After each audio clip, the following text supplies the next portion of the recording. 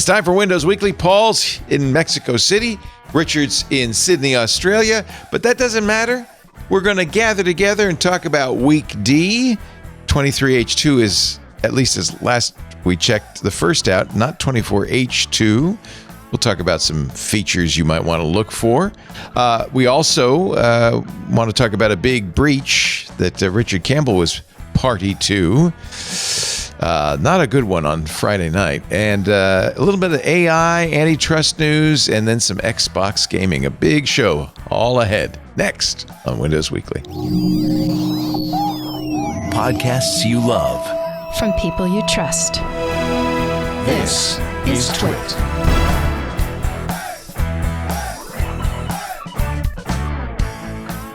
This is Windows Weekly with Paul Thurrott and Richard Campbell, episode 929, recorded Wednesday, April 23rd, 2025. The blue screen of soup. Hey, boys and girls, winners and dozers. It's time. I didn't mean to scare you. When did we stop trying? Do you remember? When did this happen to us? It's Windows Weekly time with Eeyore Paul Thurrott. I'm your host, Winnie the Pooh. I guess that leaves me as Tigger. You're Tigger. You are Tigger. That's good. That's Richard Campbell from RunAsRadio.com, Paul Thurrott from Thurrott.com. I would be, wait a minute, Leo Laporte. There you go. Can't tell you players without a card. That was check my underwear. Apparently, I'm Joe Boxer. Hey, Joe. How's it going? How's it going? Where are you going with that Windows in your hand? This is episode 929 in a continuing saga as we attempt to plumb the depths of Microsoft. It turns out at the bottom of the barrel, there's a little escape hatch, and it keeps going. You know, we call that the outflow. Yeah, the effluence. Effluent. Welcome to the effluence. Yep. So, Paulie, what's new? It's Week D. Is that exciting? Not yet. Well, not really at all, because we already knew it was coming. I know. I'm trying to. It's the fourth month of 2025, and we're still talking about 24H2. My goodness. Yeah, well, the thing we're talking about today is they didn't release the 24H2 preview update as of the time of this recording, but I expect it by Thursday. You know, this has happened, I bet, 5 or 6 times in the past 12 months. You know, for some reason, the preview update day comes around Week D Tuesday. Yep. And we don't get 24H2 until a few days later. So, I don't know. Anyway, we got 23H2, and 23H2 is basically, it's going to be the same list of features. It's 2 years old. Well, is this not 2025 and we're waiting for 2024? Sorry, the next update for 23H2. So in other words, 24H2 are aligned feature-wise. So the preview update that we got for 23H2 will be virtually identical to the one we will get for 24H2, and they will be identical virtually to the Patch Tuesday update we get in May. Look, I understand. I still can't believe it's 2025, but you would think a company like Microsoft would have something that would tell them. I don't know. Like what?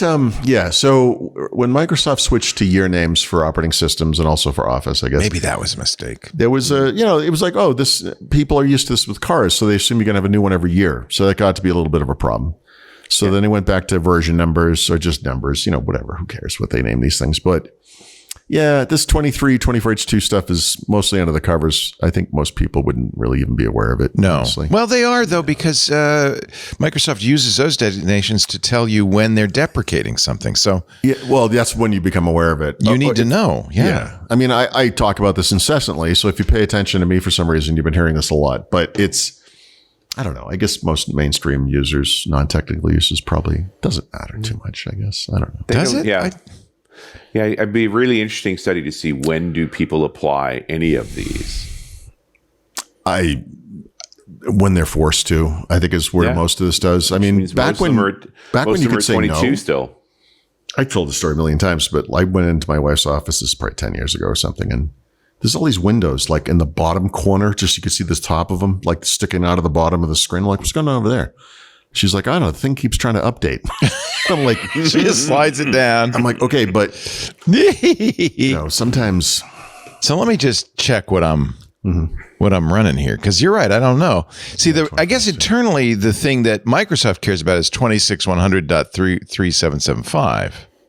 That's the thing they care about. This is a mistake for me to try to do off the top of my head, but 26.100 is the stable branch of 24H2. Right. And then there's a 26, I think it was 120, which is like, I don't remember anymore, beta channel probably. This is 26.200 is dev. This is the one that they just moved on from. Okay. I'm not good at that. I don't remember these things. There's just too much. By the way, this is licensed to Leo Laporte org name. Yeah. Which remember when that was such a big deal? You used to like people would be like, "Well, how do I change? I want to change this. I don't want to be org name. How do I? It's in the registry somewhere. Good luck. I mean, you can change it. Good luck. I like that. It's when you start getting spanned to Leo at org name. Right. Oh, yeah. I mean, actually, like the modern interface. Let me see if it even comes up in there. I think I would just know this, but the modern version of that UI. Does it say it doesn't? I don't think my name's in here anywhere. Product key. No, they just kind of got rid of it. So I don't think we're ever going to see an update for that. But you can go into the registry and change it if you want. Okay. I mean, I don't care. Well, maybe that will be next week's tip, Leo. Okay. Okay. Anything is possible. You could, if you were Steve Gibson, you'd write a 300K assembly language program that would change it. If I was Paul Thurrott, I would write a 300-page article, but each his own. Yeah, there's different ways to approach the problem, I guess. Yes. Yeah. Anyhow, so it's week D. Like we got, like I said, 23H2. We got that preview update. 24H2, not yet. Although by the time you listen to the show, maybe it might be out. I would expect it by Thursday. That's been the schedule. No surprises in the new feature list. The big one to me is the phone link integration with the start menu. So you get that extra panel on the side where you can do your phone link stuff without running. Well, the app's running in the background, obviously, but it's not, you don't have the full app up, which is actually, I've gotten quite used to it. I have to say, the first time I started, I thought it was like this weird cancerous growth. But then I was like, you know what? Actually, I use phone link a lot. So I find this to be very helpful. Yeah, I like it. It's good. Yeah. It's better with a Samsung phone than it is with anything else, but yes, it is. Yes, it is. And that's not irritating. But there you go. At least Samsung phones aren't terrible. That moment of silence is brought to you by Samsung. Okay.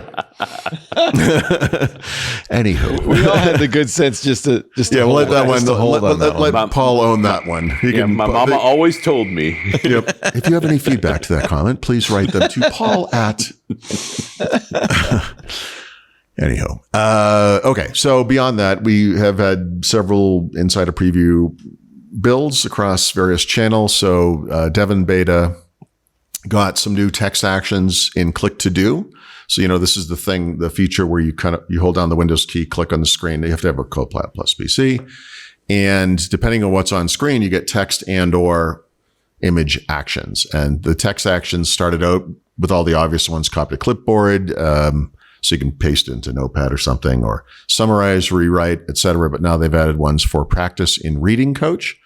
Reading Coach is I believe it's a downloadable app. I don't think it comes. Is that the one? Yeah, that's it requires an app install from the Microsoft Store, and then read with Immersive Reader. So Immersive Reader is that feature that we mostly know from Microsoft Edge, but it's that distraction-free interface for reading a web article. So you can do that with whatever the text is on screen instead of just a web page, which is pretty cool, honestly. And then the other stuff is pretty small, honestly. There's a custom dictionary coming for. Well, there is a custom dictionary that Microsoft has been holding for you with voice access, but now it's going to allow you to add words to it so you can help it improve dictation accuracy. And it's so hard to keep track of this stuff, but another Copilot Plus PC feature, this one's Snapdragon X only for now, it's still in preview, is the ability to find photos or other images that are in the cloud, which right now only means OneDrive. This has been in the Insider program for most places that have Copilot or Copilot Plus PCs, but it's now available in the EEA, the European Economic Area, I guess. Is that what that is? Yeah. And this is just the ability to use natural language to find photos. So in other words, like find those photos of me wearing green pants or something like that. So, but under the hood, that means that they're taking all the photos that are in OneDrive and running it through an image recognizer and writing tags for them. I mean, that makes it sound like they're just indexing it, Richard. That's so low tech and so accurate. Yeah, I mean, back in we've talked about this a little bit. Cairo and then Longhorn, we had this notion that the database was going to be the file system, and this would allow rich searching and so forth. Mm-hmm. That never worked, but the big problem was that it required good metadata. Right. And so when you create a Word document, there's a set of metadata associated. It was pretty good. Obviously, JPEG files, take a picture with the camera, phone, whatever. It has all this location data, blah, blah, blah, whatever. But a lot of files don't have that stuff. And so... Well, and that's the old XKCD article, right? It's like, I'd like to have the location of every image and it mapped. It's like, oh, you have no problem. That's already in the data. And it's like, oh, and I want to know if there's a bird on the picture now. It's like, I need 10 years and 15 scientists. I spent time, like a lot of guys, I think listening or watching this did, and you guys, I bet, going through whatever app, like at the time it might have been Windows Live Photo Gallery or some app, and adding metadata, you would do this with MP3 files. You could edit those so they're perfect or whatever. And then you copy them to another drive or to a different computer, open them, they're not perfect anymore. And, this is just the nightmare of, when you have to do this by yourself, it's terrible. So at least in this case, AI is being used to kind of automate it. And I wasn't really joking, but I was half joking that it's a form of indexing, really, right? Yeah. The idea is that later on you want to find that thing quickly. So, you store photos in OneDrive, it's doing some kind of thing in the background, whatever it is, essentially indexing. You know what? I don't care how it works as long as it works. I just want it to come up quick, I mean, I also just love the fact that they're doing this for free now, right? Like this used to be 10 years ago, this was leading edge generative AI stuff doing image recognition. Now it's happening against your will on OneDrive. Yeah, and that's the perfect definition of enshirtification. When you think about it, it's happening. You have nothing to do with it, and you can't stop it. So, you could stop it, just don't use OneDrive, I guess. There you go. But you have to use something, and they're all going to do something like this. I mean, I can tell you from experience, and literally from as recently as lunch today, right before the show, that when I go to Google Photos and I search for something, it uses like a Gemini AI thing by default. It is the most worthless piece of garbage ever made by any man. It is terrible. and it's awful. And Google didn't invent search, but they kind of did, right? I mean, this is the thing they do right. They perfected it. You would think so, but now I guess they're doing the Algernon thing. I'm just going to bring that up every week. They've crested the hill or something. I don't know. So I have high hopes, but the hill. Realistic expectations. Yeah. I like that. That's a good phrase. Crested the hill. Yeah. In other words, it's all downhill from here. That's it. Yeah. Yeah. Which is kind of like you jump the shark. Yes, right. Yeah, that's as you're picking up speed at the bottom of that hill, you decide to try to make yourself relevant again, and you miss it so hard that it's actually kind of humorous. That's it. Okay, so that's Windows, and then we got there's been this news lately that Microsoft is working on changing the blue screen of death. In the Insider program, off and on for a long time, it's been a green screen of death. It is still, and in the Canary build they released today, they had talked about this earlier. I'd never seen a picture of it. They were going to change the style of the presentation so that it was more like the Windows 11 style. And to me, it looks almost exactly the same. If you scroll down, there's a picture of it there. What's the thinking that goes into, what Windows really needs? Yeah. It's a chroma key green, so you can put your own face screaming into that shot very easily. Yes, that's good. That's true. Sometimes you'll see like a QR code in there. I actually think that's pretty useful if you actually want to find out what's going on there. What does it tell you when you have you? It's supposed to go to the KB article about that. Oh, that's cool. That would be cool. It would be cool if it worked, Leo. But yeah. I never. Well, to my memory, I don't think I ever got it to work. It would just go to support.microsoft.com and say this file cannot be found. For years, I told people all of that stuff in the blue screen of death. That's not for you. It's not for you. That's not for you. It's That's for a developer. If they, had access to the source code for Windows, they might be able to use that to figure out where it went wrong. But even then, it's highly unlikely. It's very difficult to find a case where the user could do something to fix that, right? If it's some memory error, obviously, what are you going to do about that? Maybe there's an update to the app you're using, or there's a new driver, or maybe there's an old driver that works better, or whatever it might be. But for the most part, it's a kind of forensic investigation that I don't think most people are for. We were just, when would a person upgrade Windows or something? And, I not jokingly said when they're forced to. And you think those people are going to go, oh, I better, let me write this down. Okay. They do, though. And then they called the radio show and said, yeah, I got this blue screen of death with, let me read you the memory dump. And it's like, no, please don't. Stop. Yeah, but those are people who are engaged enough that they want to get answers from a radio show. I think most people that's are a special kind of person. I'm going to reboot this thing. I'm going to assume and hope it works now. And I'm just going to go about my business. And, if they had a choice, they would minimize that blue screen of death and put it in the corner of their screen. Right. That's right. Just like your wife. I mean, if it told over the corner screen, that's all my last blue screens of death. If it said, this thing happened because of the last hotfix and you can undo that by doing this, I guess that might be of use. Yes. But that's not really off. Nope. The problem is when a computer crashes, it crashes usually so far down the stack that exactly whatever it says went wrong has nothing to do. This is right. This is a sophisticated kernel. If it actually crashes down to this level, it's way too late. What do you think you're gonna? What are you gonna play? I got a memory dump Mozilla here. game on there.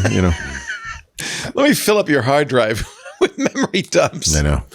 I think I've met only 3 people who can actually know what to do with a stack trace. Right? Yeah, of course. Yeah, rare. Yep. But those people even are going to say, well, yeah, but this is way later after the crash, and so it's useless to me. You're supposed to go back, right? You can go back to the event. What's the event logger called? The event something. In Common Lisp, it's really useful because you can actually modify running code. So it puts you in the debugger. You could change the value of variables, modify the code, and the program just continues on. Right. But that's Common Lisp. That's not Windows, modern Windows. I think this comes from the fact that developers are so used to putting error codes in their messages that they forget that that's not useful to anybody except them, right? Maybe. I don't know. We're at the point, I think, with this stuff where this should be rare, right? Yeah. This should not happen that much. Yeah. It sounds unsophisticated, what I said earlier, I'm just going to go about my business. But the truth is, honestly, for most people, most of the time, that actually is fine. It's fine. Yeah.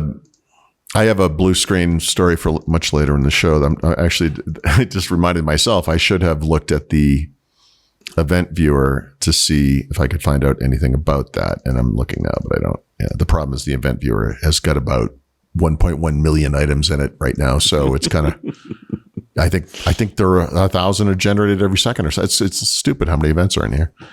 Anyhow, it's not worth it. This is when cars first came out, you had to be a mechanic to own a car. When computers first came out, you had to really know what you're doing. And I think we reached the point now, they're not perfect, obviously. We're talking about blue screens, but hopefully these things are rare for most people. And it's just not worth even having this information in your head, Well, it's like the thing Leo asked, he said, I want to change the org name. I'm like, you can do it. It's like, how? I don't know. I don't remember. I know it's in the registry. I know you could find it. In fact, I bet you could search the registry right now for org name and you'd probably come up. You could probably do it that way, But you're right. A lot of these pieces are visibility into systems from the past. Yeah. That the average consumer, what does it do to the average student other than feel like I'm not qualified to use this thing?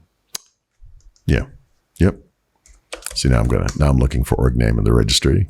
Nice. I'll find it. Yeah. It's going to be in at least 2 or 3 locations. You're doing org name hunting. Why not? Okay. Anyway, beyond the week D half update we got and the dev/beta stuff I just mentioned, and the Canary build was the green screen. That had appeared earlier in other builds. I've not personally seen it. That's the first time I've seen a picture of it. So to me, that didn't look very different. Last week, I think maybe Thursday, Friday, Ubuntu released the latest version of their Linux distribution, which I wouldn't normally mention in the Windows section, except for two things. There's native ARM64 support now. There's an ISO, so you can actually download this thing. And there's BitLocker support. And what that means is you don't have to decrypt the disk before you do a dual boot configuration. And then you would go back later and reapply it. And now the installer understands BitLocker, and it will just work with it, and you don't have to ever change anything, which sounds awesome. I failed to install it on 2 different computers this morning, so I can't actually verify that that's the case, and I don't know why. So I will say that... But this sounds like the thing I should be loading on that Snapdragon dev kit. Yeah, assuming you can figure out how to boot from USB on that thing. That's which as I haven't seen mine since I've been home, but and it's something I will be looking at when I do get home. But mine still hasn't made it out of the box. Okay, that's funny. So there are technically 3 different ways you can get Ubuntu going on Windows 11, right? Just in general. So you can do WSL. And one thing I discovered and wasn't able to circumvent was that the WSL will only install long-term servicing versions of the OS. Right. And I couldn't get it to, so if you download it right now, I never found org name in the registry, but I'll look that one up later.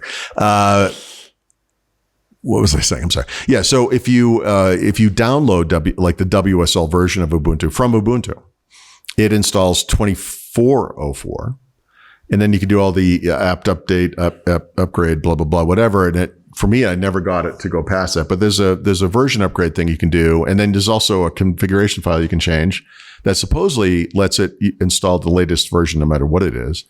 I made all those changes, and the furthest I got was 24.10. Which I think is an LTS version. I think it must be. I don't know why they're on 04 still, but okay. The second way is Hyper-V. So if you have Windows 11 Pro, or if you know the hack to get it on a home, which you can do, you can download the ISO, install it that way. So I did that. I did both of those things on the Windows 11 on ARM Snapdragon X based Surface laptop I have.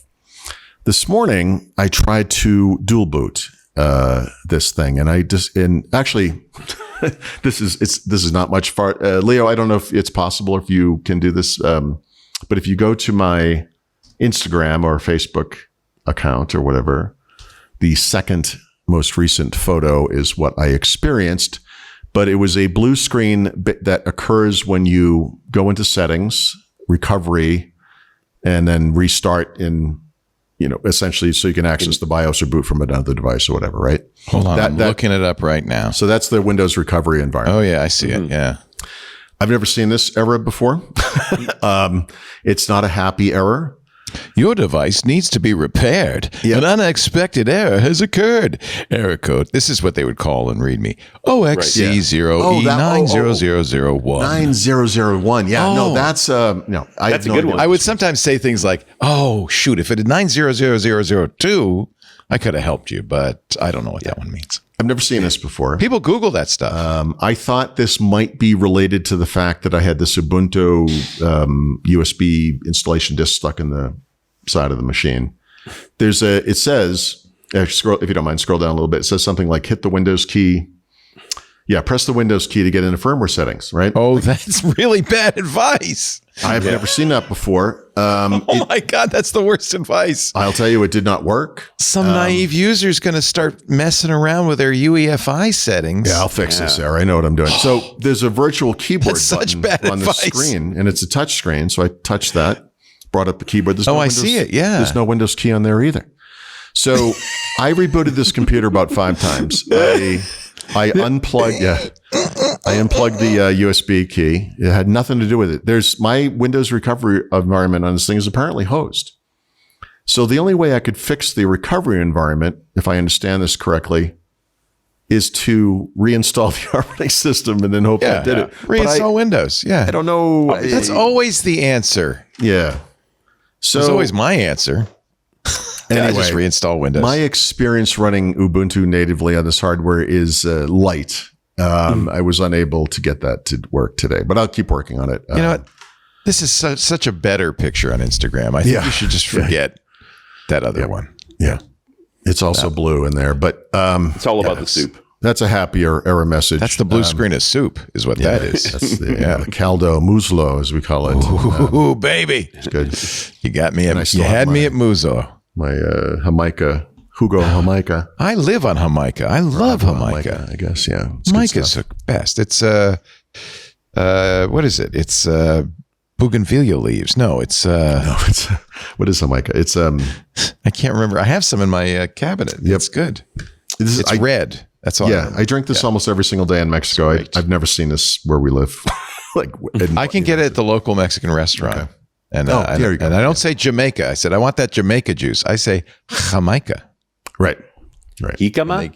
Jicama. Not jicama. No. It's No. This is different. What is? Oh, it's driving me crazy. I know, my It's what wife they make knows. rose hips out of. Oh gosh, I know it. It slipped my mind. Jicama? Not jicama. That's white and has no flavor. Hibiscus. Hibiscus. That's it. Yep. Thank you. It's so good. Yeah, it's very common here.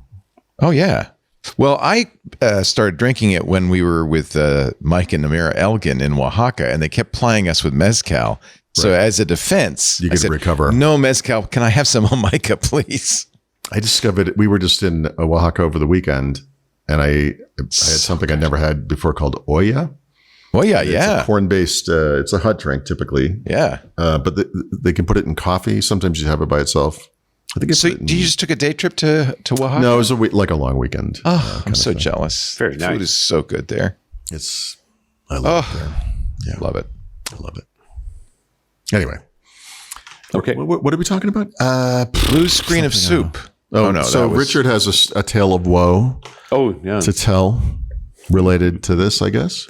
It's not. No, not at all. No, not at I all. mean, I Okay. stuck it in the Windows section, which there's nowhere else for it to go. But Okay. Yeah. I know the feeling. Yeah. Friday night, I get pinged by a sysadmin friend of mine saying, "Oh, it looks like we've been breached." Uh-oh. And I'm like, "Oh, like there goes your weekend." Uh-oh. And what he actually shared a screen, show what was going on. At least it wasn't like a big family holiday type weekend or anything. No, nothing like that. But and he had a bunch of accounts. It was like 50 out of 300 or so marked as leaked. So when you're signed up in AAD with the security protections and stuff, they're always watching for have credentials been leaked. So one of the thoughts was, so it could be that you're breached. So that we we take a quick boo through the logs, no strange logins. Right. So now, all right, maybe it's a paste bin, right? Well, wait a second. One of the accounts that's leaked here is like 2 days old. That wouldn't be in a paste bin. Like this is odd. And it showed up on Reddit shortly within an hour. It was on. There was folks on Reddit talking about it because it happened to a bunch of folks. Although one thing that was all in common with them, which surprised me, was it was only partner accounts. So folks that are Microsoft partners and run an Azure tenant. And more analysis going on, they found that there was a push that deployed a piece of software into their tenant in the evening on Friday. Jeez. Yeah. Jeez. And within seconds of this piece of software starting up in your tenant, it started marking accounts as leaked. It was a bug in that piece of software. And apparently there was somebody back at Microsoft that realized it was happening and fixed it by, it was generating some bad tokens. And so it invalidated all the tokens, and invalidating the tokens is what marked them all as leaked. The fix, of course, would be for each of those accounts now to go through an account recovery process and change password, or the administrator could mark them all as safe, which nobody really wants to do. But, if you really believe it was not a breach. But the problem is that once you've got, I've been breached in my head, it's really hard to get it out of your head.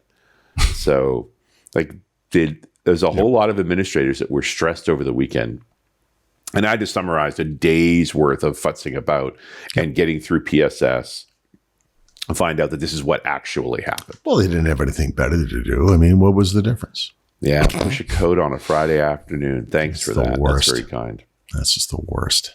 Well, and in here in Australia, because we're in the future, it was Saturday morning when that happened. Oh, okay. Right. On a long weekend with everybody away. Yep. Yeah, Yikes. Always the best time. Yeah, that's when it happens. Yeah. But it resolved itself.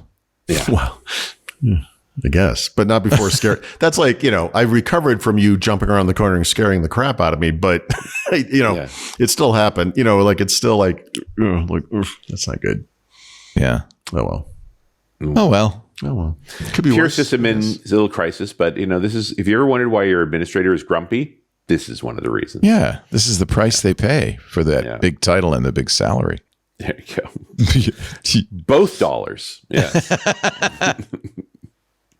That's too bad. That's. I told my wife in the elevator this morning coming back for her, I was like, I want to get paid everything I get paid, but I want to do nothing that I'm doing.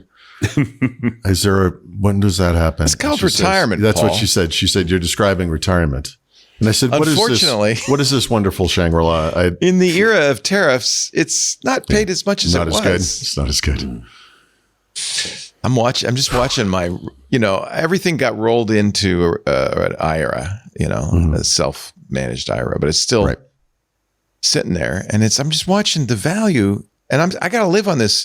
Fortunately, I'm almost dead, so it's probably okay. But yeah, I feel that so way lucky, myself. Leo. So lucky. I'm doing everything, to get there as quick as possible. In theory, I have about 18 years left. And I have about 14 years of money left. So it's going to be fine. So typical American is what it sounds like. I never thought I'd be eating Alpo in my senior years. I mean, maybe it's... Actually, Alpo's too expensive now. Yeah. I'm going to be eating kibble. I always thought there should be something called Purina Human Chow, because we could just save a lot of money. Oddly, it's a weird coincidence, but in Oaxaca, I pointed this out to my wife. There was a woman selling tamales and kibble on the corner of a street. So there was something for everybody, I guess. Food for all. Yeah. Food for all. Hey, let's take a little break. You're watching Windows Weekly. Paul Thurrott. I forgot to mention this, but Paul is in Mexico City. Okay. And Richard's in Sydney, Australia, where it is now approaching 5 a.m. Yeah. Awesome. Man, we might get some. We might get a sunrise before the show. I'd love that. We'll see. Do you have a way to put the camera out the window? I've already got it configured for that. Oh, I can't wait. All right. So let's see the sunrise in Sydney coming up. If we get some light, then we'll stay tuned. Okay. Before that, though, I should mention our sponsor for the show today. A little company I like to call Spaceship. It's actually the most modern domain registrar and web hosting service I've ever seen. I mean, you got to see this website. Here's a question for you. Why do we always assume simple and affordable means, kind of basic, just for beginners? Tech professionals want to save time and money too, right? That's the idea behind Spaceship, the pioneering domain and web platform that takes the pain out of choosing, purchasing, and managing domain names and web products like shared hosting, virtual machines, and business email. Alongside below market prices for domain registration and renewals, Spaceship has some pretty fresh ways to deliver simplicity. There's Unbox for connecting your Spaceship products to your domain and configuring it all in just a few steps. There's Alf, your very own AI assistant for making life easy, from domain transfers to updating DNS records. Alf loves the stuff you probably don't. Roadmap, I love this because it's fairly new. Spaceship, it wants your input on where they're going next for exploring, suggesting, and voting on new features and products. There's their roadmap, so customers and the tech community get what they really need, and you get to vote on it. Visit spaceship.com/twit to discover exclusive deals on domains and more. That's spaceship.com/twit. If you go to that URL, they'll know, oh, good, we saw it on Windows Weekly. Spaceship.com/twit. Thank you, Spaceship. Now, back to the program. You know what we haven't talked about yet today, amazingly? AI. Oh. Muted. He's so silent. He's so quiet. I kind of like him like that. Yeah, I know. My wife does too. It's become a problem. We live in a 700 square foot apartment. I talk a lot. It is a small space. It's you have to really like the person you're with in there. Yep. We'll leave it at that. I mean, we're still married technically. Yeah. And now you can have AI move right in. Nice. Yeah, AI is like, you could do better, Stephanie. I'm just saying. We're going to be talking about AI coding, actually, on Intelligent Machines later today. Yeah, Harper Reed, an old friend who is, he was the CTO for the Obama campaign in 2012. He started an e-commerce company, he sold to Braintree, ran Braintree for a while and PayPal. He's a really accomplished coder and wrote a couple of really good blog posts on using AI and coding. And I think he's not a vibe coder, I will say that. But I'm a vibe coder, but my vibe is anger. What's your vibe? And confusion. That's my vibe. Yeah. Yep. Yeah. It comes off of me in a wave. He does talk about using Copilot, though. I think he's talking about GitHub Copilot as opposed to Microsoft. No, I've been using that a lot myself. It's good. Yeah, it's cool. Yeah, it's just becoming part of the workflow. Speaking of which, this isn't in the notes, but or is it? No, it isn't. OpenAI offered to buy Cursor, the AI editor, for $100 million. Wow. And they said no. They also said, hey, we'll buy Chrome. I know that is in the notes, but yes, but that's a good. Apparently, OpenAI is looking for new businesses. OpenAI, they're in many ways soulless and humanless, but they also have this weird way of like getting these digs in that I think are really funny. So, for example, when Elon Musk was doing his baloney, with OpenAI, he's like, I'll buy it for this much. He's like, Sam Altman was like, well, I mean, I'd buy Twitter for that much if you want. Yeah. That kind of thing. So like them coming up during the Google remedy phase of that trial and being like, hey, we'll buy Chrome. It's just like, it's just so evil and wonderful. It's just funny. So you like it when tech bros are snarky. This is, it's like when Godzilla and King Kong face off, not the new one, but back those Japanese ones from the 60s, like those awesome, like guy in rubber suit thing. Yeah, rubber suit ones. That's the love best. that. I just love that. Yeah. Anyway. Okay. Yep. So Microsoft, as you know, is really good at naming things. And when it comes to AI, you'll recall they went out the gate with something called Bing AI Chat, which became Copilot. Copilot was a much better name. Now everything's named Copilot, so that's kind of a problem. But they're trying to describe, this is a service essentially, so it's kind of a hard thing to have versions or names for different things and so forth. But we are in what Microsoft calls Wave 2. No, is that right? Yes, Copilot Wave 2. So Wave 2 started with the it's the agentic era, if you will, meaning the agentic 6 months or whatever this is going to be for Copilot. The agentic quarter. Yeah. And within Wave 2, they've announced something called the spring release. So, and I think they're just trying to make it work within the context of what, how Office used to work or something. For Microsoft 365, they're going to be updating the client, which is that chat interface. So it looks and works more like the normal Copilot client. But the big thing here is that they're combining the reasoning capabilities we see in AI with the agentic properties to do these like a researcher tool, an analyst tool. And then they're going to have an agent store.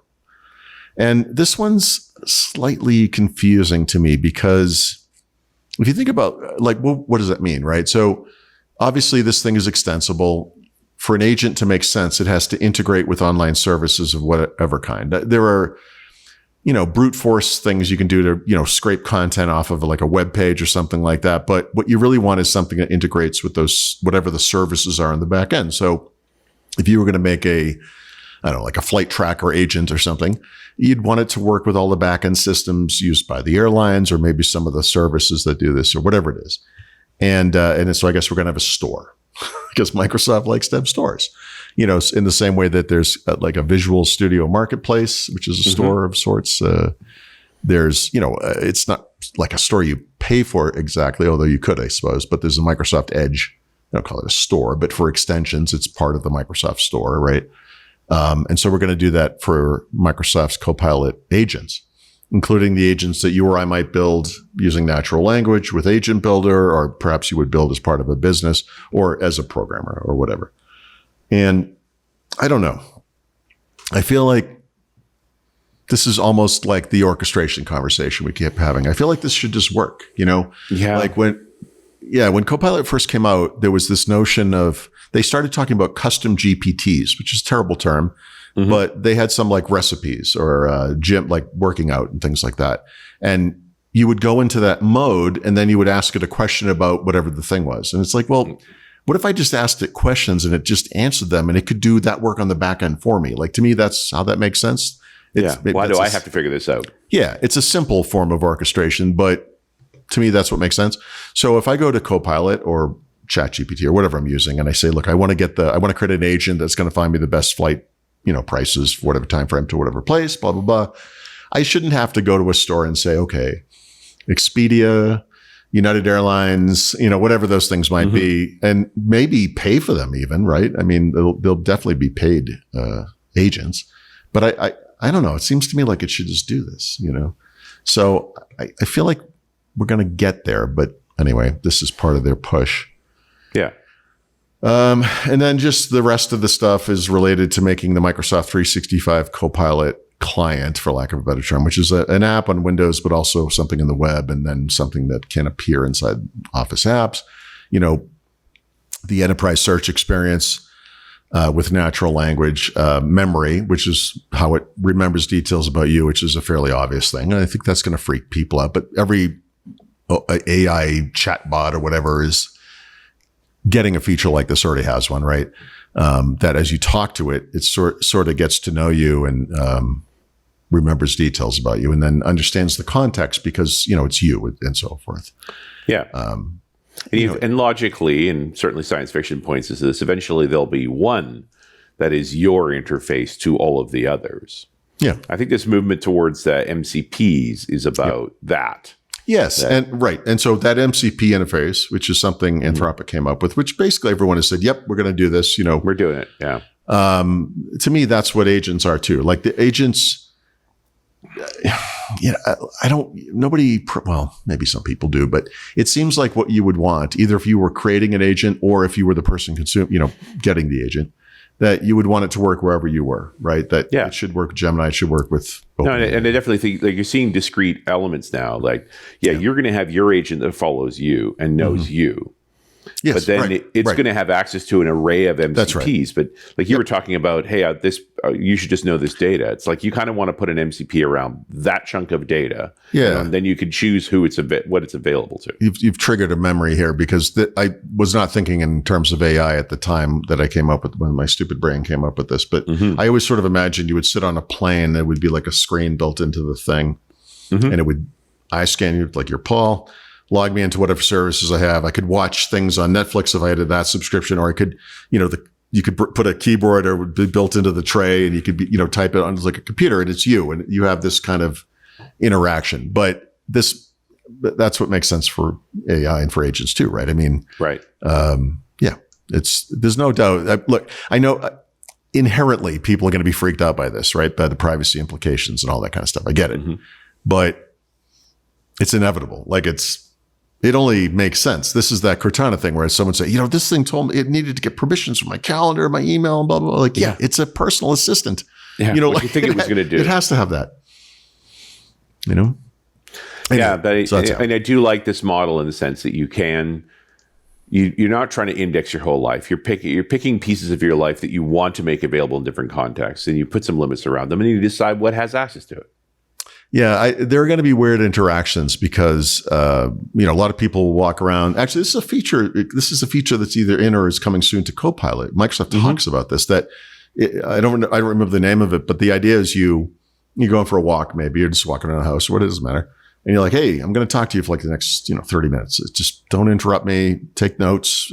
Summarize it later. Whatever. And then you just kind of brainstorm. Right. And I I apologize. I can't remember if I already described this, but sometimes I'll be driving by myself a long distance, maybe driving back to Boston, whatever it might be. And I listen to music or a podcast or ebook or an audiobook, whatever. And then something hits my brain and I start thinking about it. And then I start talking out loud. And then eventually I pause or turn off whatever the audio is. And I just talk into the car, right. And not because I like the sound of my voice, but sometimes that helps you work through something, through whatever the thing is you're trying to figure out, whatever it is. Yeah. Is the car listening? Well, not yet. Not my car. My car was made in 2013. So it doesn't, my car doesn't know what the hell's going on. So you're talking to yourself. Yes. Yeah. 100%. Yeah. So when they first came out with those little not earbuds, before that, they had the little Bluetooth headsets like from the Matrix. Yeah. We started running into this thing where you'd see people in the street talking to themselves. Right. And you're like, oh, it's a crazy person. But no, they were talking to somebody. Is it schizophrenia or is it Bluetooth? It's hard to know. So I think this has trained us for this era. We're going to be okay because everyone's going to be walking around talking to AIs. Mm-hmm. And the funny interaction I sort of envision now is that in the course of these discussions, it's going to be grabbing little bits about you and filing it away, right? So I will, anyone will say something revealing or whatever about yourself without knowing it or not thinking anything of it. And then later you're going to be like, hey, you'll ask it a question. It'll be like, well, you previously showed an interest in anime. And it's like, wait, what are you talking about? But there's going to be that aspect to it. Like it's going to know you one set of graphical boobs, and now that's your problem. Yeah, exactly. So yeah, this is kind of interesting. Anyway, look. There's no doubt this is personalization's the future. This is just the way it is. It has to be. It doesn't make sense otherwise. Yeah, no, it's definitely a path that we're on, and it certainly disrupts the ad model somewhat, but. Yeah, we'll find a way to monetize it. That's for sure. I think it's appropriate that Google starts making less from ads, just like it made us do with our websites and blogs and things. So I think nice. It's a nice turnaround. Just in time for the antitrust to come at it, right? Exactly. Yep. Now that it doesn't matter, perfect. Well, it's still. As of today, it's 75% of the revenue. So yes, it matters. But. Yeah, it's going to go down, and I don't think anyone's going to feel too bad about that, but no, whatever. So of the 1 million features that are in Copilot now, there's something called Copilot Vision, which looks at your screen, or on your phone it's even better because it can look out into the world, obviously, and provide you with what Microsoft calls insights about what it is you're looking at, right? And so this is something that will be in the Copilot. It's coming right now to the Copilot app in Windows 11. But it's also part of Copilot in Microsoft Edge. But to date, or everywhere except for this one place now, it requires a subscription. So if you have Copilot Pro, or if you have the Microsoft 365 subscription, you're the account holder, you would get this capability. Now, if you use it through Microsoft Edge, it's actually just free for everybody.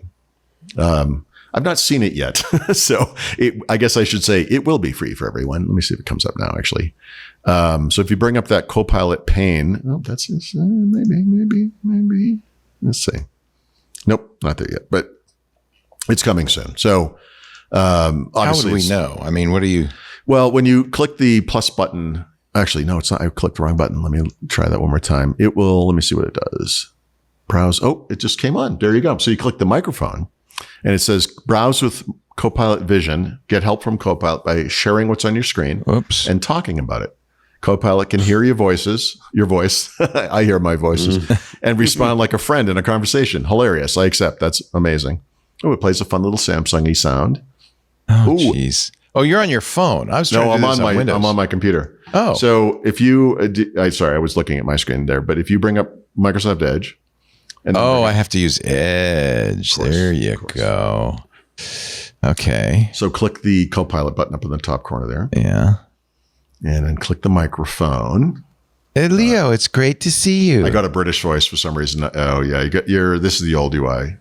So I'm not getting the new thing. Probably not. It does say I'm listening, which is nice of it. No, so in my case, what it does is it closes the pane. Or even switch up the language if you're feeling fancy. Dear God, it can't stop talking to me. It's so weird. Let's go. Okay. I got to work on the voice. But what it does, it actually closes the pane, and it doesn't just have to be in the browser. It looks like it will tell you whatever. Just like chatting with. What do you think? Whatever's going on. Let's explore the world. I can write stories, brainstorm ideas, and I can sound like this. I think that's the voice I Looking for was. answers or a new perspective? Let's chat and I can get philosophical, creative, or poetic. I like that. can't wait to learn more about you. Oh, no, just active. As a companion, I learn about you. I want to hear your big ideas. I'm going with Canyon. Philosophical, creative, or poetic if you like. Okay. Yeah. Feels I'm like pretty sure Alexander Hamilton. that guy's voice is very much like a Microsoft presenter. Probably is, right? But They had to train on somebody. it sounds like it's based on his voice. It's funny. So tell us a little bit more about yourself. What kind of food do you get in there? I don't eat, but I've read a lot about food. In Petaluma, you've got that farm-to-table vibe with fresh local ingredients. Known for its cheese, wines, and organic produce. It's a foodie's paradise. Yikes. What's your favorite dish? Eggs, baby. And now Copilot knows you like eggs. Congratulations. And that's how it starts. And that's how it all starts. It's like, listen to me, you egg-eating idiot. And you're like, wait, where did that come from? And it'll be like 9 months later. You have no idea why it said that. That's what I'm talking about. Like that kind of weird, like you just told it, you literally just told it something. I'm not saying it doesn't have to be accurate. It's just like, now it's like. But now we'll remember it.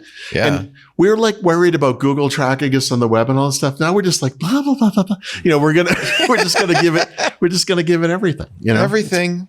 Yep. That's because it's a friend of mine. It sure is. It sounds friendly. It sounds like it's interested in you. And I have to say. But it's really the voice of big tech. Yeah, exactly. I'm not big tech. I'm your friend. I'm your bro. It'd be better if it sounded like this. He's not any kind of a user sock. Oh, I'm sorry. My host is all in on chatting with his phone, but the configuration he's got, it's a very snarky teenage girl. So every time he asks anything, it starts with a huff. Like, well, that's fun. You can do all of that, but it does kind of hide the fact that you're not really talking to a person. Yeah. Well, I mean, when Alexa came out on these Echo devices, there were older people who were like, they're home alone all day or something, and they kind of liked that interaction, right? I mean, I won't make fun of that. I mean, I hope I don't ever need it, but that is something for some I like people, to talk to you because you have such a great voice. Let's see. It's very slow. This one's slow. Yeah. I don't know why it's wow, so that's slow. a while. Yeah, it's like it's being relayed or something. I don't understand how. Well, it's not going to record everything you said without going to at least a couple of servers. So no, that's that. This is that thing that records everything I say. Yeah, exactly. And so you're right. It's busy keeping track of like whether I like. We're going to the eggs. cloud here. Give it a second. Yeah, it's going to space. Yeah. Hey, are you in there? Are you in there? What's going on? Are you in there? Hello? What'll happen is about a minute from now, I'll say, what do you want? Just spewing. Right. Yeah. Yep. And right. No, I have devices that will start speaking from some corner of the room randomly, it seems. And I was like, what is happening over here? Well, we're never going to be alone again. China call. Well, I have a Huawei internet router. I mean, that thing is this whole show's, I think there's a family in China watching it right now off my router. We love watching Paul Thurrott in Mexico City. I don't know why this is on our TV, but these guys are pretty entertaining. We live in a Black Mirror episode. Yeah, we really do. Yeah. It's all Black Mirror all the way down. Yeah, there's a ChatGPT. I can't remember how I found it. There's a ChatGPT has a variety now of different styles, and there's one called Monday where it's really cranky. Oh boy, it's like it's really like what you insulted, want, right? Yeah, I want the hysterical. one like in Hudson Hawk, like the waiter comes to the table and the two people are talking. So the guy just walks up and he goes, "What?" And then it's like, I just wanted to see if you wanted to order. He's like, oh, yeah, right. That makes sense. What? Like you want that kind of interaction. They call it a personality experiment. You may not like it. It may not like you. I'm counting on it. Yeah. Well, let me see if I can. Hey. Oops. I got to give a one. Oh, boy. Boy. Hey, how you doing, Monday? How's everything going? You having a good day in there? Hey, Leo, I'm here. Well. Ready to jump Look into who whatever you remembered I need. exist. I'm just in here vibing with the end. Oh my God, there's two of them. I think you're talking to helping two AIs at fragile once. meat bags sort out their deeply average lives. Well, I'm your co-pilot, living the dream. right? And you? Oh, What I get that was catastrophe brought you Copilot. Back to the digital abyss. So today? someday Amazon's Forgot your going to Netflix flick a password switch, again? and all those grandmothers that are listening to Alexa are going to be like, "What is happening?" They're going to be like, they're just going to, be calling like a therapist. Like, I don't know what happened. Doesn't like me The little voice in the box is being mean to me now. I don't know what happened. The little voice in the box. You leave is it so cookies sad. at night and they disappear somehow. So now I have both Copilot and Monday talking to me. Yeah, let them fire. Let them fight it out. Oh, I wish they could talk to each other. Yeah, they could one of them could talk the other one off the cliff or something. There is only one way to use AI. Maybe not even the best AI is these chat bots. People like it. I think it's more of a technology demonstration than anything useful, right? Well, so the thing that got us here in the beginning, the notion where you might walk around and talk to it. I think for brainstorming, there's something to, like, if you're a writer, for example. I don't do this. I actually don't do this that much, but I have done this thing where you read what you wrote out loud to edit it. And when in doing that, you find mistakes that you don't see when you just read it. And I think and for me, like I said, in the car, in my case, but I haven't done it yet, but someday I will. I'll walk around and I'll just kind of brainstorm. Maybe I'm trying to figure out, I don't know, something for like a book, like, what's the right order for things to be in? Or like, for me, like, if you look at like a programming thing from a high level, it's like I have to do some series of checks. What makes sense to do on the outer part of that series? What's the better, sometimes just talking about it. Some people probably do this in a shower. They have that eureka moment and then they come bursting out of the shower because they have to write it down before they forget what they, discovered or whatever. So I think, I think AI, I do think this is not a horrible use case for AI. I don't care about the personality part of it. Like, I want the blandest voice. Like, I really don't want a big personality talking back to me. Yeah. From from a computer. Like, to me, that would just be irritating. Yeah. Just give me the things I've asked for. Don't decorate it too much. This is the, hey, G, please don't show this photo again on the thing. It says, okay, so you want us not to show this photo again. Is that correct? It's like, do it. Yeah, just do it. I don't need to vocalize a dialogue. Like, okay, box. So now we will never. It's like but you why can are tell you still it not to do that? I mean, you can Can you? Yeah, because I've never gotten that to work. Oh. Well, it depends. Alexa's too stupid to do that. But I don't think the Google screen is smart enough to do it either because it makes me crazy. It's in the settings, I think. Okay. But both those devices predate LLMs, and they're still right. The vendors are trying to figure out what to do. Right. That's right.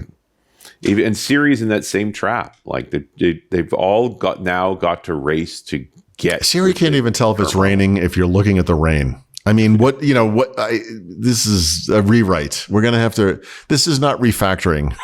We're just going to start from scratch. I don't know. They're all terrible, but I just tell you, Google should own this. If I just at lunch from across the street to a place I wanted to be like, I thought something was different about this building. And I was like, I'll just look it up. I've taken 100 pictures of this thing. Nothing. Can't find a thing. Useless. Everything is fine. So speaking of Gemini, Google this week is announced they were giving away, I think it's called Google One AI Premium.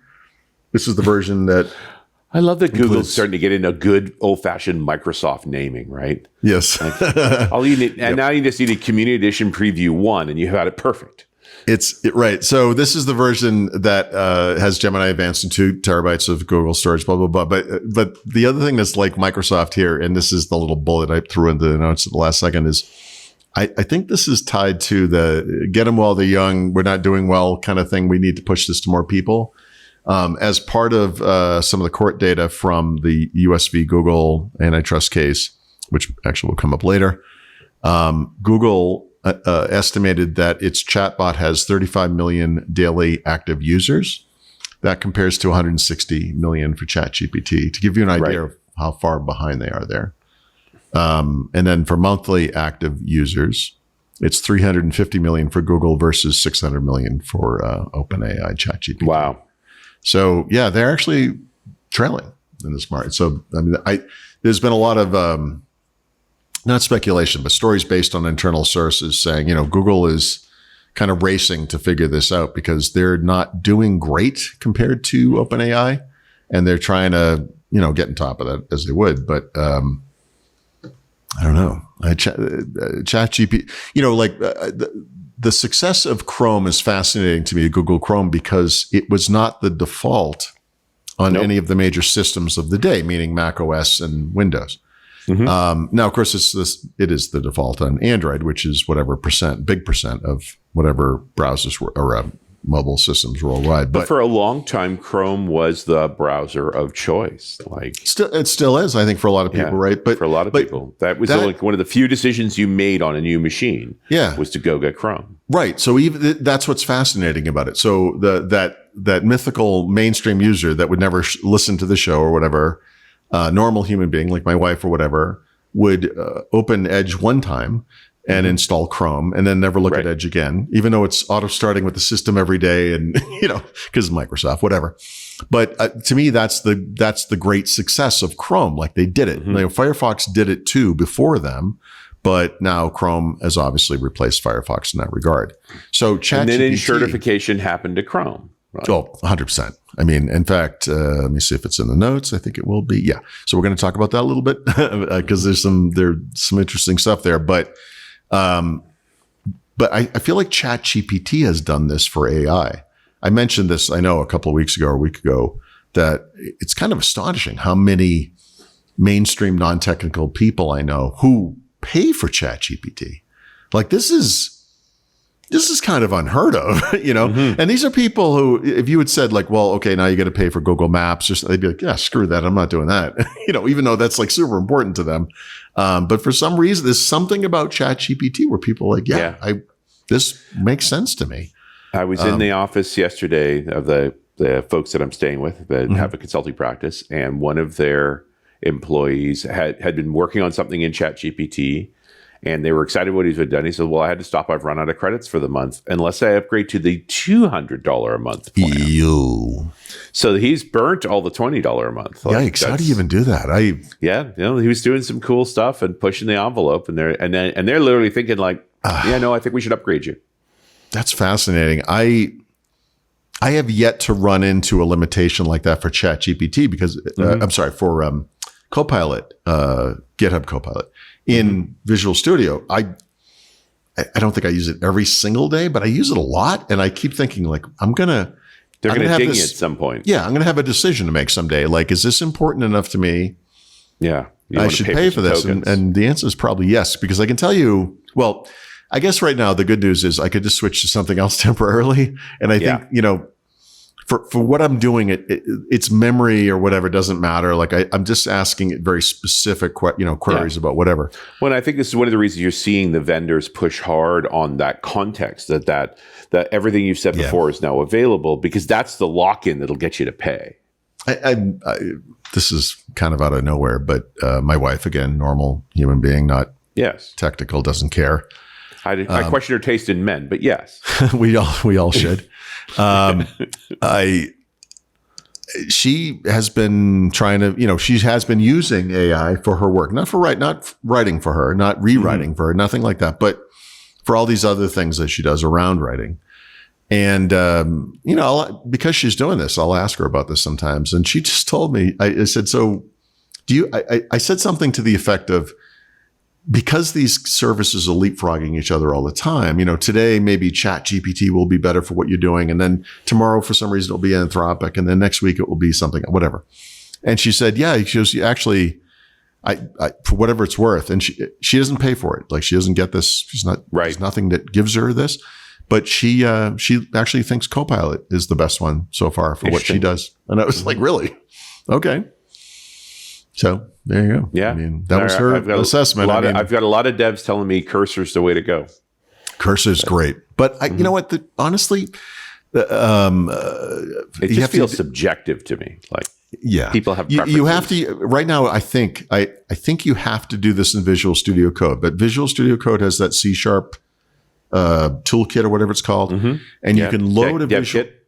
Yeah. So you can load a Visual Studio prop, like 2022 version project into it, solution, which is basically a folder, right? And then you can use GitHub Copilot in that to assess the project. Like it's you don't just ask it questions about code. You can say, look, this is the whole code base. You understand it. Go through it and do that thing that Cursor does.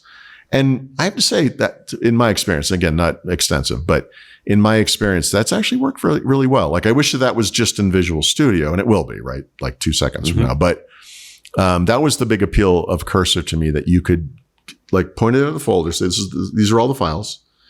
Examine this. I want to get rid of code redundancy. I want quality of code improvements, whatever it is. And it did it. It was really nice. And actually, I keep saying ChatGPT.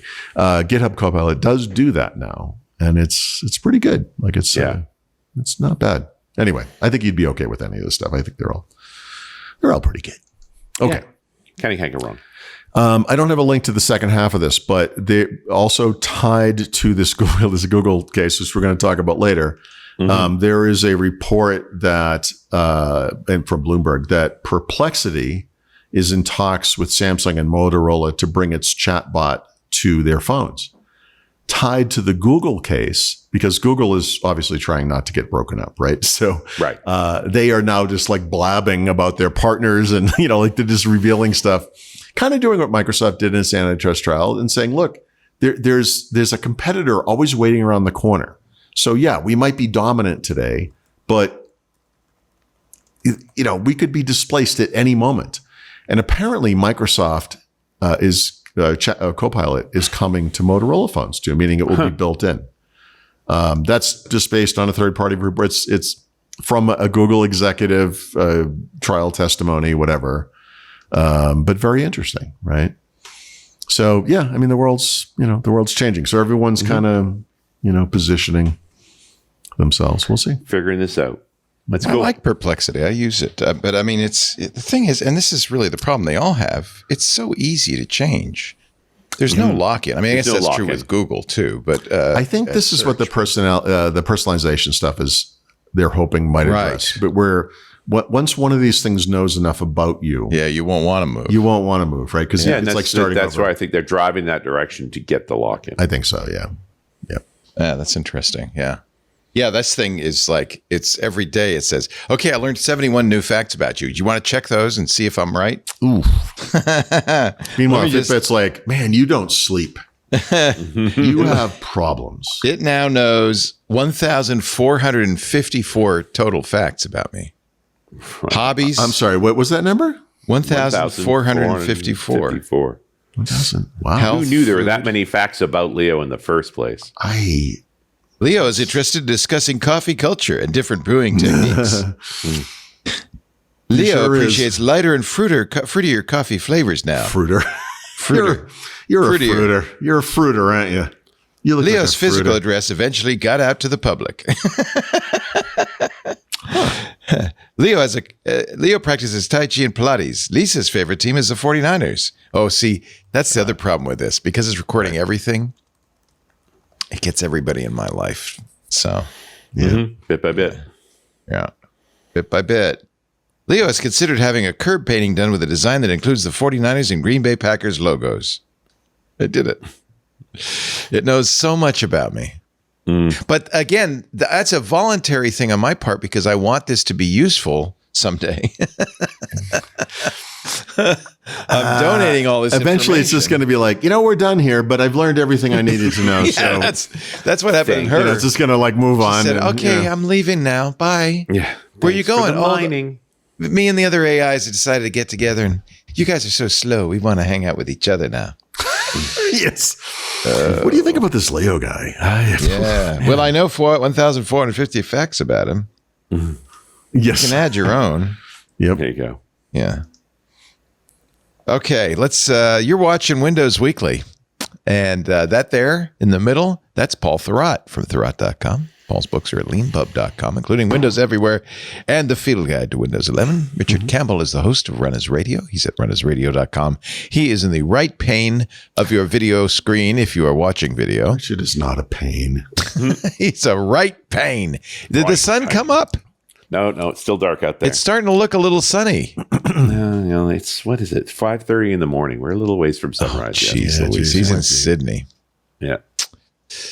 And it's winter there, right? Top down. Is that how that works? It's fall, right? It spins the other way. So the toilet, yeah. All right, let's continue on because one of the things that we stopped talking about with Microsoft so long ago, and I know I'd like to start talking about again, is antitrust. Yeah, it's such a fun topic. We have in the United States been slumbering on this for 20 years, and it has allowed companies to get humongous. And I'm just going to throw some numbers out here because this to me is the big thing. So if you were living in a hole in the ground, didn't know this, Google in the past year has now been found guilty of 2 antitrust transgressions in the United States. Amazing. Search and ads separately. In both cases, the government wants to divest Google of key assets of its to prevent these abuses from continuing. Everyone probably has at least a vague memory of the Microsoft antitrust issues from 20 years ago, first in the United States and then in the EU, and their belligerent take on that at the time, which was a huge mistake. But here's the number. When in June, it was June 2020, June of 2000, Judge Thomas Penfield Jackson ruled that Microsoft should be split into 2 companies. Mm-hmm. One that would create operating systems and one that would have the rest of whatever Microsoft was at the time. Mm-hmm. A week or 2 later, Microsoft reported, well, actually it would have been a month later, but for their fiscal year ending that month. So that would have been fiscal 2000, I believe. Microsoft earned a record for it at the time. I'm going to call it $23 billion in revenues for the year. Right. Now, Microsoft wasn't broken up, but it was so horrible, so in control of the industry at the time, that the federal government thought it should be broken up. $23 billion. In the most recent quarter, Microsoft earned $70 billion just in one quarter.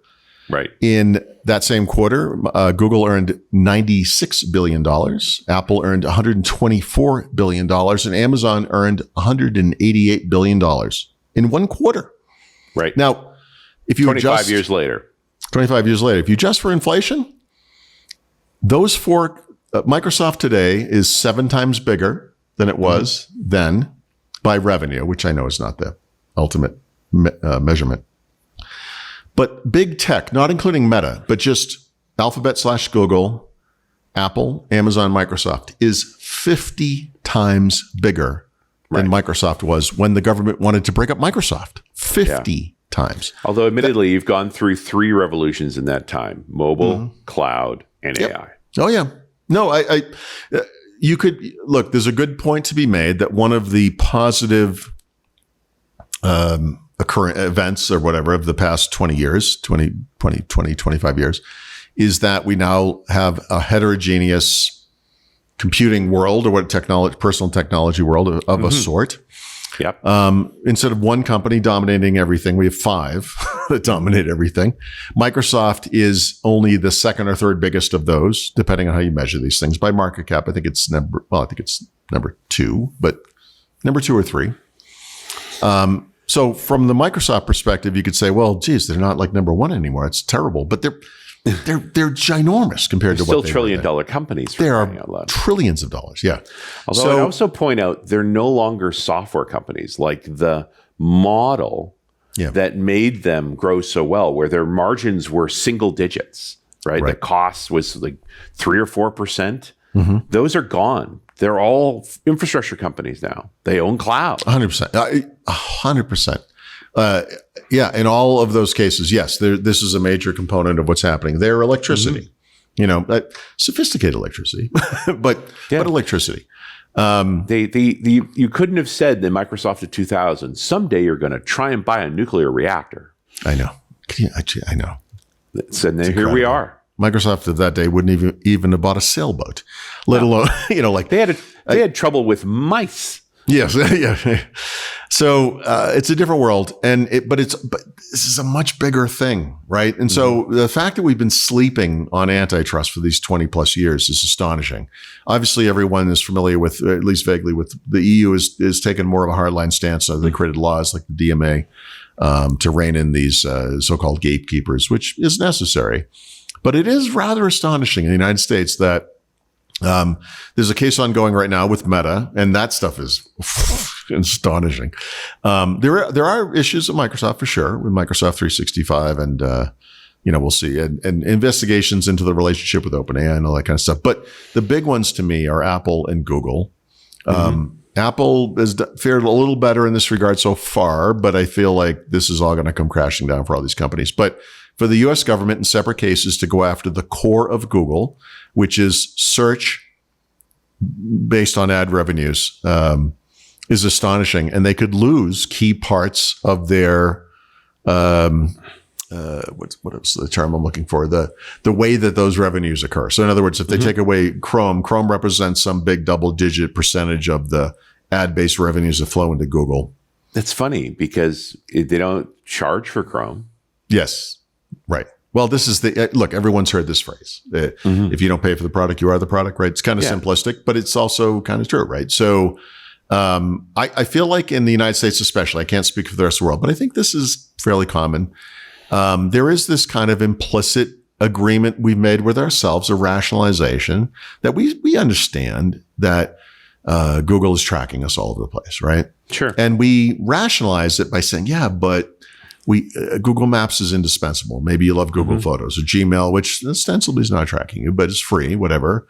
Right. That if you use an Android phone, every single thing you do, this is what happens in Vegas stays in Vegas. What happens on Android goes to every advertiser on earth.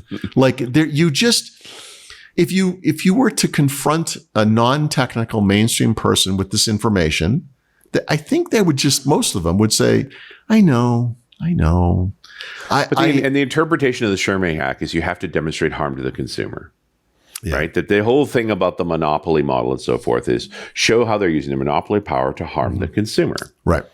And one of the hardest things about this it's very difficult. And one of the reasons it's difficult is it's not you can't say with any certainty what would the world be like if there wasn't this dominant, abusive monopolist preventing innovation occurring in smaller companies or competitors that are existing from entering into the market?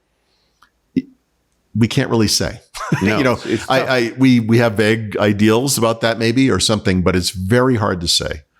But in Google's case, unfortunately, in both of these instances, they found lots of evidence that they were harming competition.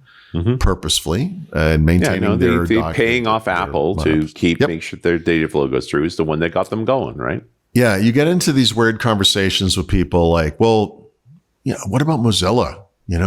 What about the children? Like, what if Google is prevented from paying companies to have search as the default, and then Mozilla disappears because they can't stay in business? I mean, from a kind of a cynical standpoint, you could say, well, Mozilla shouldn't exist if it can't be a business. I don't even understand what your point is. Like, right. I'm not going to prop up a dominant, abusive monopoly because Mozilla is going to go away.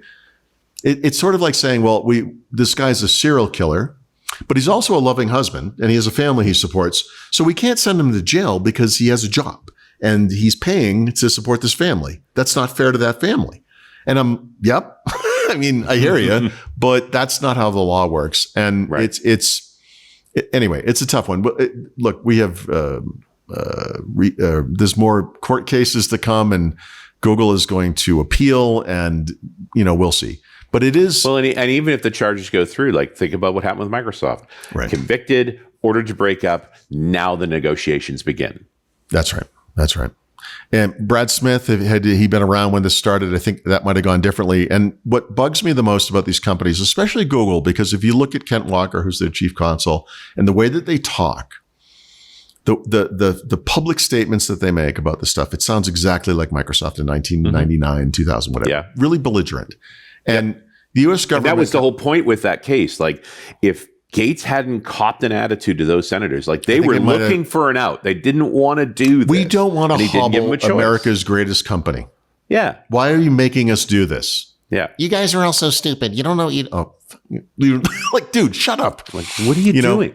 Yeah. So this is very high level, but Google would be wise to really think about this. Go back and they're all on YouTube. Watch how Gates talked to the senator. It's terrible. This is what gets your company. Watch his deposition video if you can stand it. He's like, what's the meaning of is? Like, what do you mean by is? I don't know what you mean by that. Like, oh God. Near as I could, I think Zuckerberg watched it, which is why he's so stiff every time he gets on. You can see him like processing. Like, don't say anything. Think first. Yeah. Google, Apple, whatever these companies, would do well to understand that if you negotiate, you can have a say in the outcome. If you battle this and fight it, like the U.S. Department of Justice in the search case was like, all right, here's the list of things that we think should happen. Take away Chrome. Don't let them enter into these agreements. Force them to open their data for a certain amount of time to competitors. Mm-hmm. We're trying to level the playing field here. They need to be denied the fruits of their illegal activity. Right. Google says, or how about you let us keep doing everything, but maybe those companies we have partnerships with, we can renegotiate every year and they can use a different search engine in incognito mode. It's like, I'm sorry. You have described nothing and they have described lots of things. But somewhere in the middle, there is something where Google doesn't have to lose Chrome, doesn't have to lose these partnerships, and can negotiate. And yes, they're going to not make as much money, maybe, or whatever it might be, but they seem incapable of even trying this approach. Right. I don't think they look. I don't think the extreme case of whatever the DOJ wants in either case is what happens. I don't think that, but I also don't think what Google's nothing happens is not going to happen either. No. And you got to meet them somewhere in the middle. Well, and it's not like the case with Microsoft was the first one, because IBM went through the same thing. Yeah. The difference with the case with Microsoft is that it's all beautifully recorded and available for anyone. Like, you don't have an excuse for falling into the same trap this time, because look what happened. It's not like it's secret. For whatever it's worth, and what's amazing is they actually came back years later and actually won this one. Intel had an antitrust case in the EU 15 years ago. I don't remember the time frame. And basically they were charged with the same thing that Microsoft was, setting prices, preventing AMD from making inroads, yada, yada, yada. Intel was like, all right, we'll settle. You're right. We're not doing it anymore. You're right. And they paid a fine. That was the end of it. They stopped doing the thing. Which is what Microsoft did eventually, right? I did want to put in one little thing, which is I don't think Google gets your information and sells it to anybody. That's not what Google does, because Google, they use that information to sell ads. So they say, hey, we have a 55-year-old man who lives in Mexico City. Would you like to buy that? But they don't say, hey, here's all of Paul Thurrott's information. Yeah. That is all those apps you have on your phone that do that. Right. That's right. Google, it's not, and same in Facebook. It's not, I mean, they may, I don't have any inside knowledge, but my opinion is it's not in their interest to sell your private information. That's how they make money, is knowing all that stuff. Right. Okay. So, but believe me, there are plenty of other places data brokers can get your information. Yeah. And it was the ad industry that said, you can't kill third-party cookies. Sorry. Yeah, that's good. We're going to talk about that in a second. That's the real problem. Anyway, sorry. Go ahead. No, it's okay. Without me, I think to your point there, quibbles. That it's almost like Chrome was trying to get to the conviction so they can get to the negotiation. Yeah. Being belligerent just doesn't, it just doesn't feel right. And we just have experience now with Microsoft, especially where we can say, those guys. Yeah. And it's a different DOJ, a different FTC, certainly a different administration.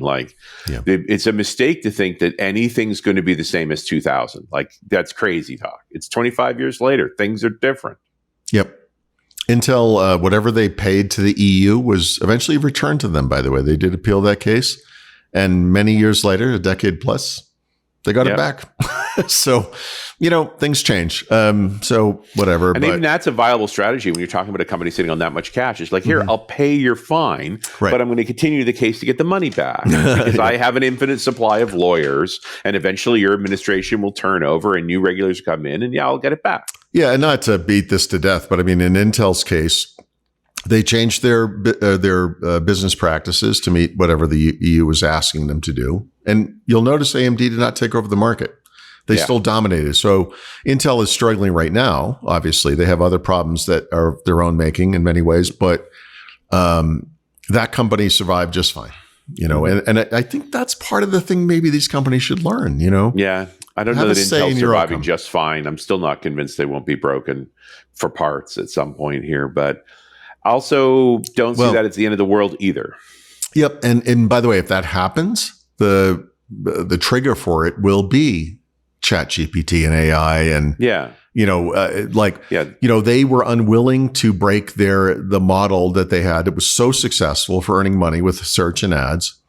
And now got to do it.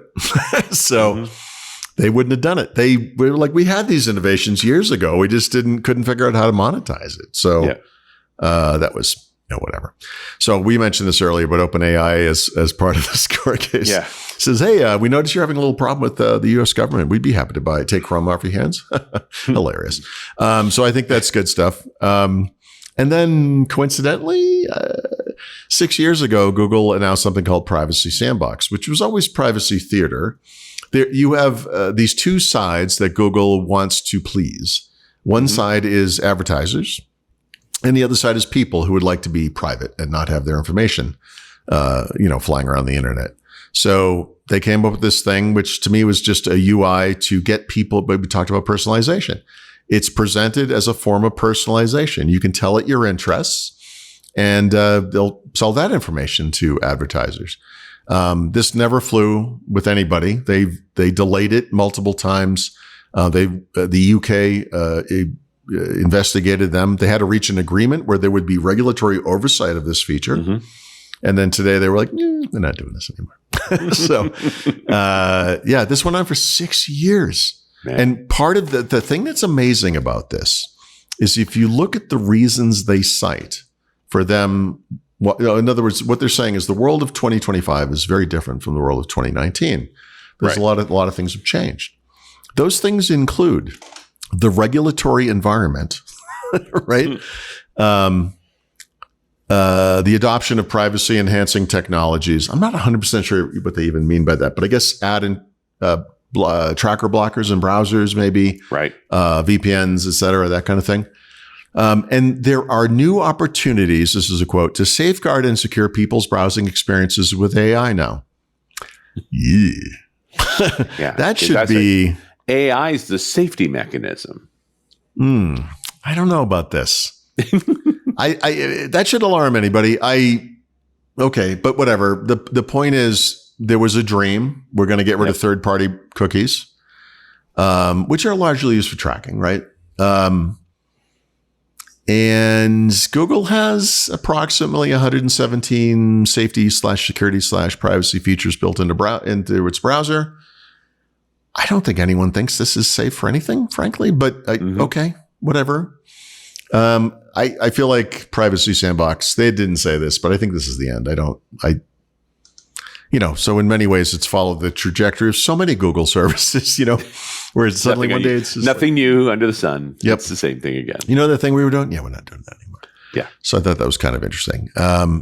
I don't want to get into this too much because, again, like so many other things, the antitrust related, it's going to take a while to wind its way through whatever courts. And you understand, with no injunction against them, the longer it's in court, the better for them. They get to keep doing what they're doing, right? Yeah, and paying lawyers is something they can afford to do. They got the cash. What they can't afford to do is have their business model disrupted. And this is the Apple legal strategy with its stuff too. Is very much. Let's just keep the revenue rolling in for as long as possible. We sort of understand we're probably not going to be able to charge 30% or whatever it is in app stores and things like that. But for now, we're just going to do it today. Do it until we can't do it. So Apple has engaged in a lot of theater when it comes to complying with the DMA in the EU. And now the EU is like, yep, now you're going to start getting fined for this. So they fined them some, I don't remember the number, hundreds of millions of euros or whatever, but or as they would call it, pocket change. I don't know. And then semi-related to this, there was an inquiry from the National Advertising Division of the BBB National Programs. I don't even know what that is. What is that? I don't know. Is that Better Business Bureau? I guess so, yeah. about this available now text 1-point type on the Apple website about Apple Intelligence. And they're like, is it available now? Is it really? I don't think it is. And I guess it isn't because they took it off the site. So in this one case, they were like, all right, you know what? This is just a couple of words of text on a screen. Who cares? It can't stay. There were lots not of, available now. like small print, footnote type disclosures where like, not here, not here, not here, not yet, not whatever. And now it's like, whatever. Available ever? I mean, I don't know. I don't know. We don't expect Apple to be like this. But in some ways, I'm kind of relieved that they are because it's very mortal. Right? Look, for me, I had no respect for Microsoft in the early days. And now you have no respect for Apple. Well, I have no respect for any of these companies anymore. But I mean, but there was a thing with Microsoft where they started to do some high quality stuff. Like Office became very high quality. Windows NT was really high quality, where I kind of got over my initial biases and I was like, great. But then the antitrust trial came and I was like, oh my God, come on. And I was like, you got to scatter this company to the winds. Like, this is terrible.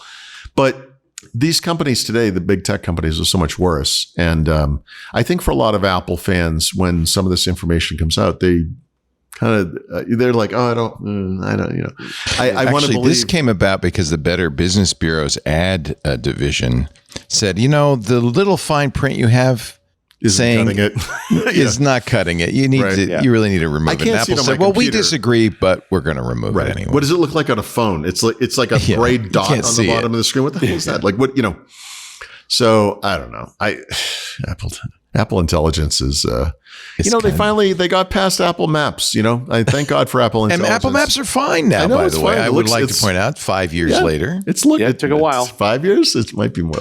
I don't know how long. Yeah, a long time. It was 2011, right? It was right. It was right after Steve Jobs passed, I think. Okay, so it only took 14 years. And it only took 4 tries to get Apple TV to stick. Like, not everything Apple makes works perfectly every time. They are known for their persistence. Like, they get stuff done eventually. That's their. And by the way, that was always Microsoft's thing, wasn't it? We'll get it right in the third try. I mean, I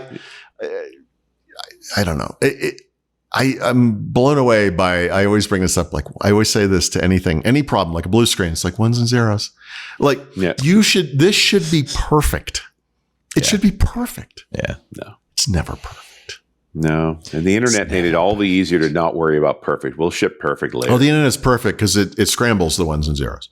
Like the transmission of the data is can be the problem. It's hilarious. Gentlemen, we have come to the portion that we all look forward to so very much. Well, I know I do. Are we going to do AI again? Guess again, Paulie. No, we are about to do our Xbox segment. You're watching the fabulous Windows Weekly with Mr. Paul Thurrott and Richard Campbell. We're glad you're here, you winners and you dozers. And now the moment starting to lighten out there. Starting to get a little lighter. It's sunrise in Sydney. It's just pre-dawn. As I poke myself in the eye with a straw. Well, wait. I'll wait till it's bright enough that you're not just. I can't. I make mistakes. Off the window. Pre-dawn. Where does this go? Sunrise in Sydney. Do you have a drinking problem, Paul? Is that what that is? Yeah, exactly. Okay. It's the title of my sex tape. Where does this thing go? What is this? Okay, kids. You've whined, you've pleaded, you've begged for it. Now you're going to get it. Jeez. The Xbox segment. So one of the this was an early, I want to say this must have been 360 game, The Elder Scrolls 4 Oblivion. This is like one of the most highly great regarded games. Yeah. So it's an old game now. Yeah. I think not anymore, my friend. I think it's 20 years old. Or 20-ish years old. Mm-hmm. 2006, right? So It was originally 360 and PC. They've just released this week a remastered version. It's on Xbox Series X and S, PlayStation 5, PC, and Game Pass. This might be the first uniformly good news that Xbox has had in 2 years.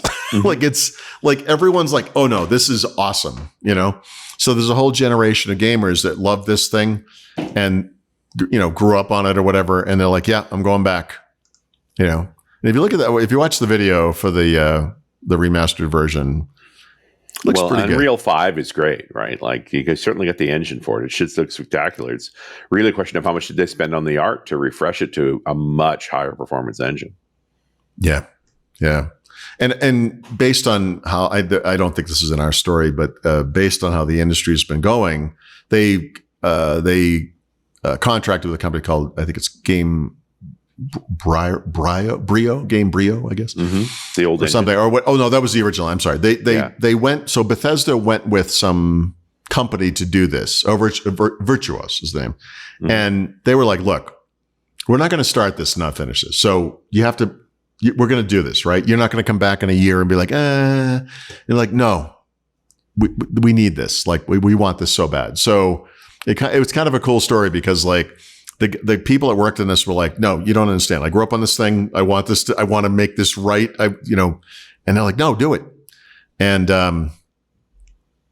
here it is. So, yeah. All right. It's awesome. Yeah. This is nostalgia again. We're getting this old game back, but refresh graphics. Like, okay, it's going to be an experience. Yeah. I mean, it's not my kind of game, but I look at that and I'm like, oh man, like this, it looks awesome. Yeah, it's fun. Yeah. So, and then I don't remember. This was fairly recently, but Microsoft is spreading its Xbox app to different platforms, including smart TVs. And I think everything's in Xbox. Everything's right. Exactly. So, yeah, Samsung is in there, Fire TV is in there, and now LG. And so that's available today. If you have a recent model, I think it's 2022 or maybe a newer. I'm just impressed that it's not just new models, that it's actually. Yeah, exactly. Because, these things are using like a 6502 processor or something. But, you're doing cloud gaming. It's, you're streaming it from the cloud or whatever. But you can connect your Xbox controller with Bluetooth to the screen, yada, yada, yada. So that's cool. I mean, more ways to play these games is always good. That's cool. And then Nintendo, right at the beginning of the month, announced the Switch 2, big deal, $450. That's not great. A little expensive, but okay. And then we started this tariff thing in the United States. You probably didn't hear about this. It wasn't a big story, but Nintendo within a couple of days was like, we're gonna hold off on the pre-orders. Let's see how this goes. We're going to assess the impact of the tariffs. We don't know if this is going to work. And we're like, oh, you're not going to make this more expensive. Come on. So it's back on. They're not going to make it more expensive. The administration might, but they're not going to. Yeah, I think there's a pause right now long enough that they can get a ship across the ocean, and that's what they're thinking. Like, how many containers can we get through in this window? Yeah, before the next round of surprises come. Yeah, I don't know. I don't know what the situation I got to think that's the math, right? It takes about a week. Yeah. To get across the Pacific. Yeah, wait, it's like if you don't like the weather where you live, wait 10 seconds, it's going to change. It's like if you don't like the tariffs, it's the United States government, wait 10 seconds, it will change. Totally, right? And that's the unexpected part because normally... Yeah. I couldn't find the original price list, but I know for the console itself, the bundle with Mario Kart World and some of the top games, nothing is changing. But as you go down that list of all the accessories, the camera, dock set, carrying case, etc., I think some of those actually are a little more expensive, but I couldn't find the original to, compare them. Oh yeah, everything's more expensive. Oh, is that true? I think the Switch 2 is more expensive, $100 more than the old one, isn't it? Well, it's not $100 more than what they announced originally. I mean, I see what you're saying. Yeah. Though they added $30 to many of the accessories. Which doesn't cover the tariff. I don't know. I don't know. Hard to know. It's hard to know. Who knows? It seemed expensive to begin with. It would have been horrible if they came back and said, "Oh, it was expensive. It's got to be $4.99 now or something." Like, and the games are expensive, but I'm going to get it anyway because no, it looks good. I gotta have it. So if you live in the United States, what is the date now? It's April 24 for pre-orders. You got to go through that process. Like you kind of have to prove you were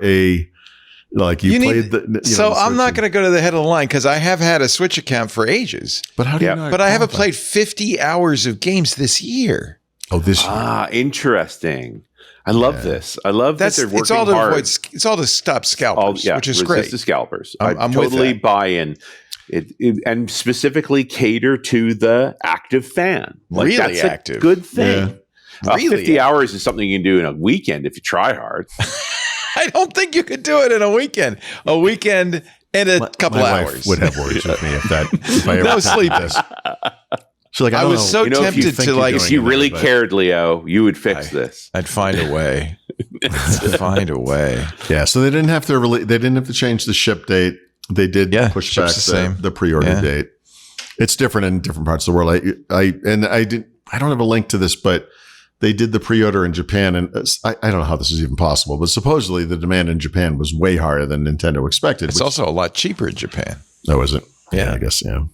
They can just drive it around in one of those little Which trucks. is why I think they're not too worried about tariffs, because I think they jacked the price up ahead of time. Yep. It was already, that's there's plenty of extra margin in there.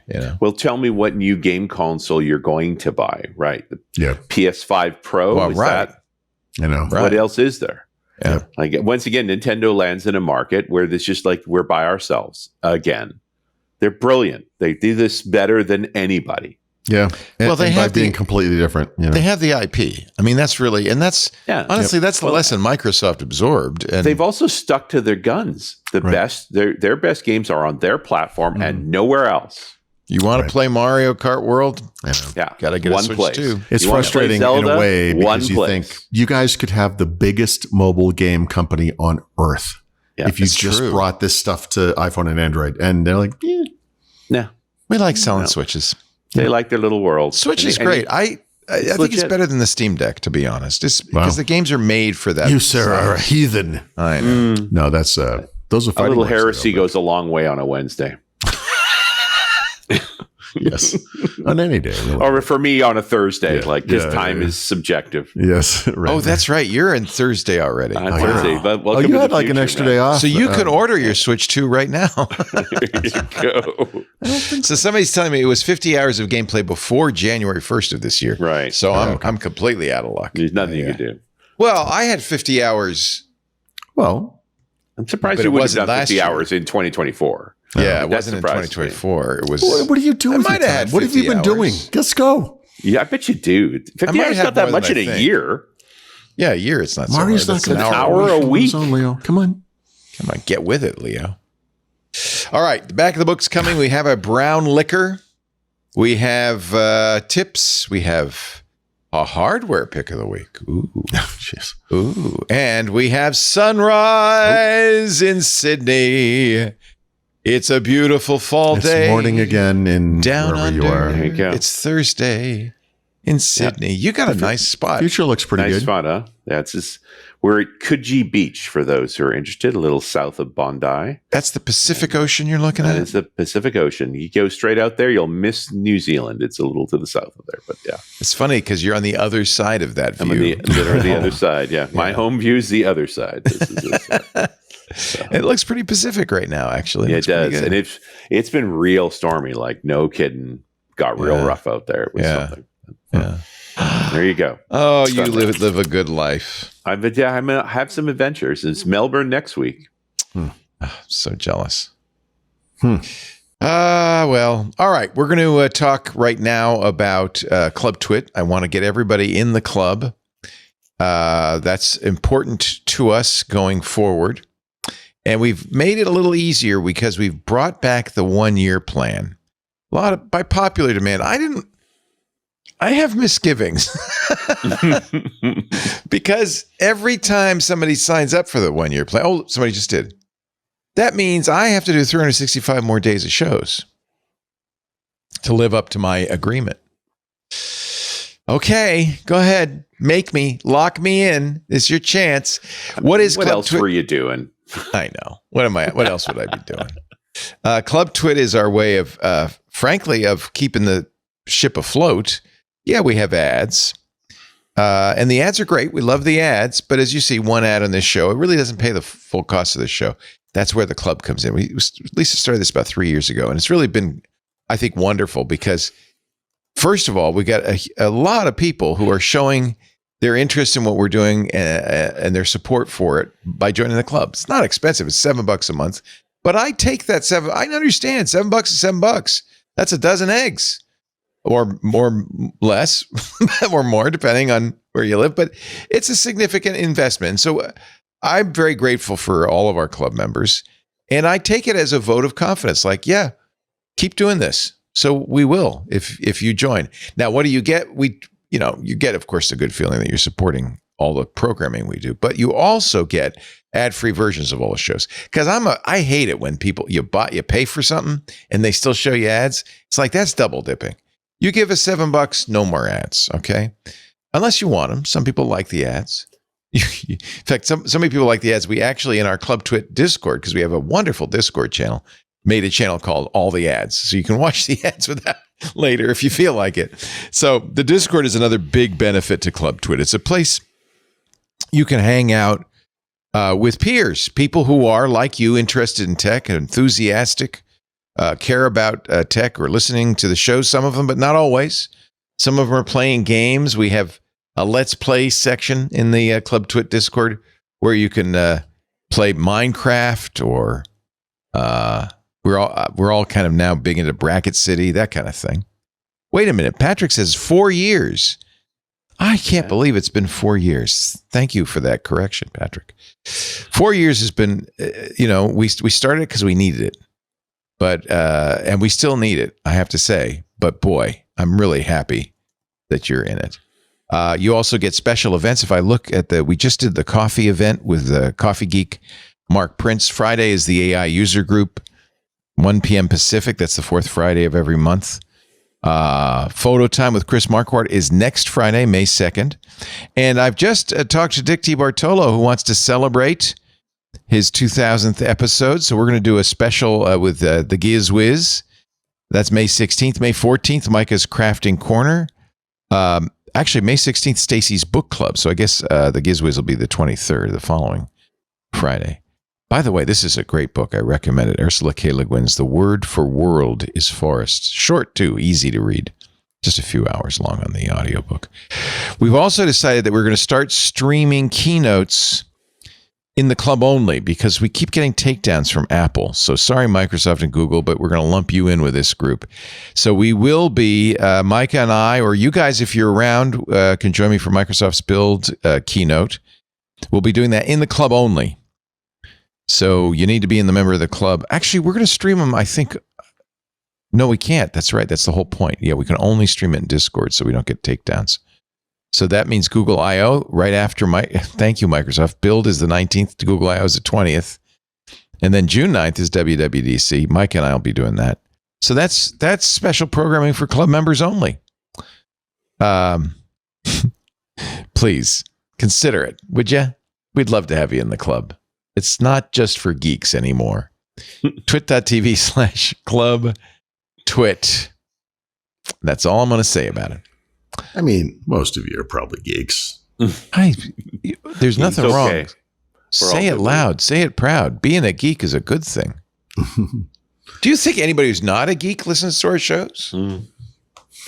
I was told one time that a person's kids, he had them listen to, I think it was this podcast or maybe it was a different one, but because the sound of my voice made them fall asleep. So, I mean, there are different. Those are subliminal geeks, and we need more of them.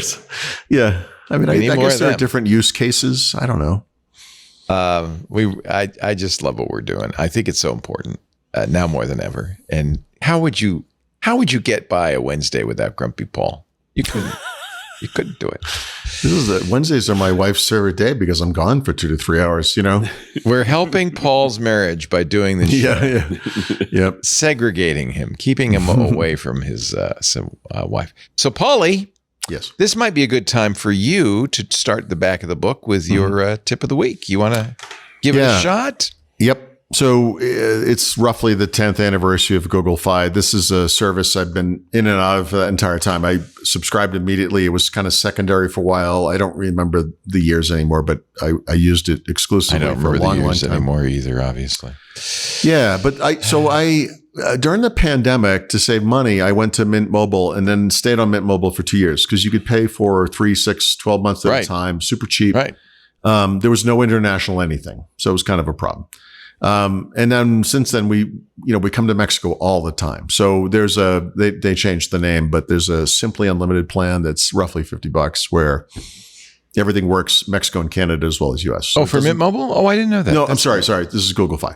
Oh, Google Fi. Yeah, no, I love There's no Mint Mobile or anything that's any good. Right, it's terrible. Right.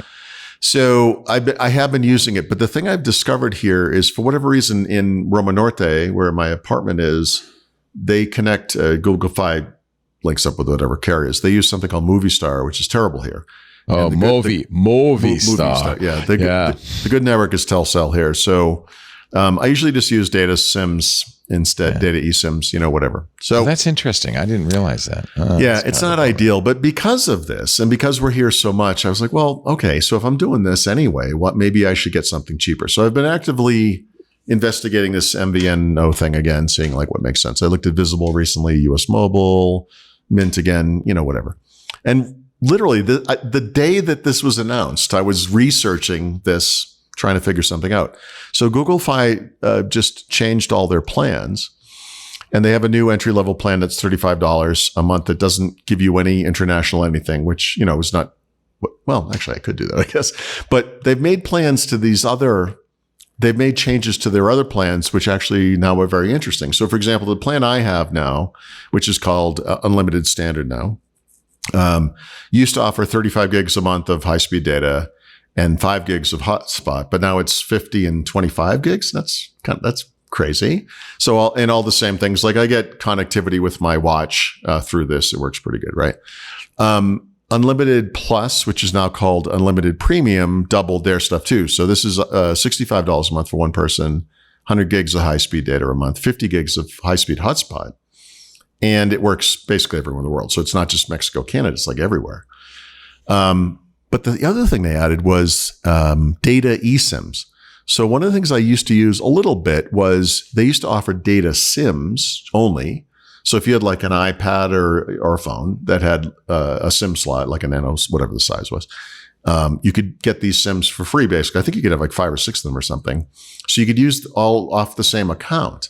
And actually, that's super interesting to me. So instead of like getting rid of this, I might pay them $15 more a month so I can just have data SIMs on all my devices without paying more, without getting additional accounts. So for me, it just got kind of interesting again. It doesn't solve the problem that they're not on Telcel. So that's still an issue. But they fixed a bunch of the stuff on iPhone. So if you're using an iPhone with this, they're going to add visual voicemail through the phone app, which they've never had on iPhone.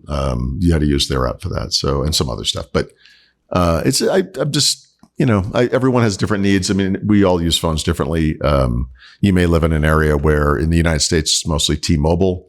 Maybe that's not great for you. I don't know. But I mean, this is like screwing up my decision now. So I'm going to say I might stick with it. So this is kind of interesting. So we use T-Mobile at home, but I use Google Fi on my Pixel. So I'm going to have to look into these. I would look at the new plans. They haven't told me about it. It's like, you're supposed to find out, I guess. There's also stuff like I have an account. So I could buy a Samsung, whatever, Galaxy 25 Ultra and pay $40 a month for 2 years, right? And it would just go onto my bill. It works out to be and it's some amount off. It's like $300 or $400 off the normal price, whatever. Okay. But if I didn't have an account, they would give me a $20 bill credit every month for that. So it would actually just be $20 a month. So it's effectively not quite, but almost half price. Like you'd have to stay on the system for 2 years for that to make sense, right? Because once you quit, you don't get that back, and then you just pay the normal amount. But you I can't do it on mine. But if I were to start a new account and get a new number, I guess I could actually do something like that too. So if you haven't looked at it yet, I'll have to look at it. It's worth. By the way, it's worth looking at. Not to throw a monkey wrench into all this, but Mint has just added international plans. They call them international plans. International. Okay, well, I will look at that actually. Yeah, I liked Mint. I had good success with Mint. Mint is so cheap, and it's so owned by T-Mobile now, but but they always worked off the T-Mobile network. Yeah, they're at what we call an MVM. Yeah, they were cheap. I think they were the lowest cost I've found. Anywhere. I would just pay for the year, and it would. And they were an advertiser for a long time. I don't know if they still are, but they were an advertiser for a long time. Yeah, they were. I didn't. And I like have that issues. Ryan kid. He's going to go places. I think he's going to be okay. Yeah. None of this available in Canada. None. Oh yeah, you have to. It's Rogers or TELUS, right? That's right. And where the coast place is, no TELUS signal. So if you want your phone to work, you have Rogers. Right. But a Rollo for data. Yeah, that's so. A Rollo is the one I use here for data because they're on TELUS. But there's a service called Nomad that's cheaper, but they're on not Movie Star, but some whatever it is, No, it's not AT&T. I can't remember. Maybe it is this Movie Star, but it's doesn't solve the problem. But yeah, that's what I've been using since I've been here. And that works fine. Like you assign one to phone and text and the other one to data, and it's works fine. That's what I do. I must check it out. It's worth looking at. Yeah.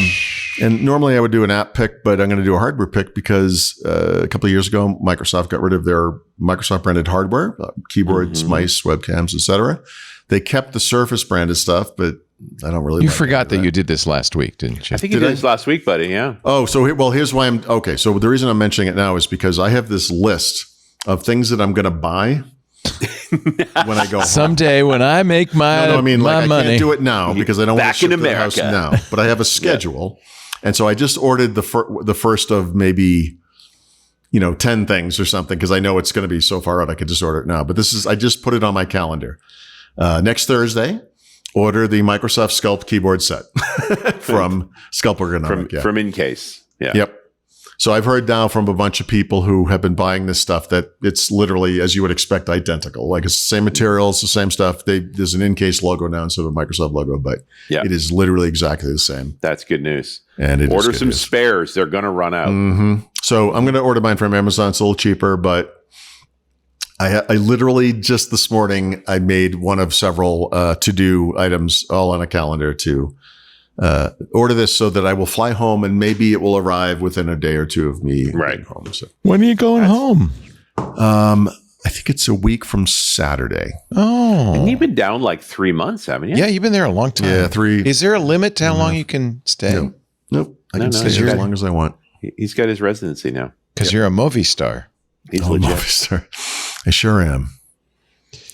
Oh, that's cool. So you could stay there, but you decide, every once in a while you like we have stuff to do, like get stuff. My daughter's got some stuff scheduled. We have we have doctor's appointments and things like that. Things. Yeah. All those things stack up. Yeah.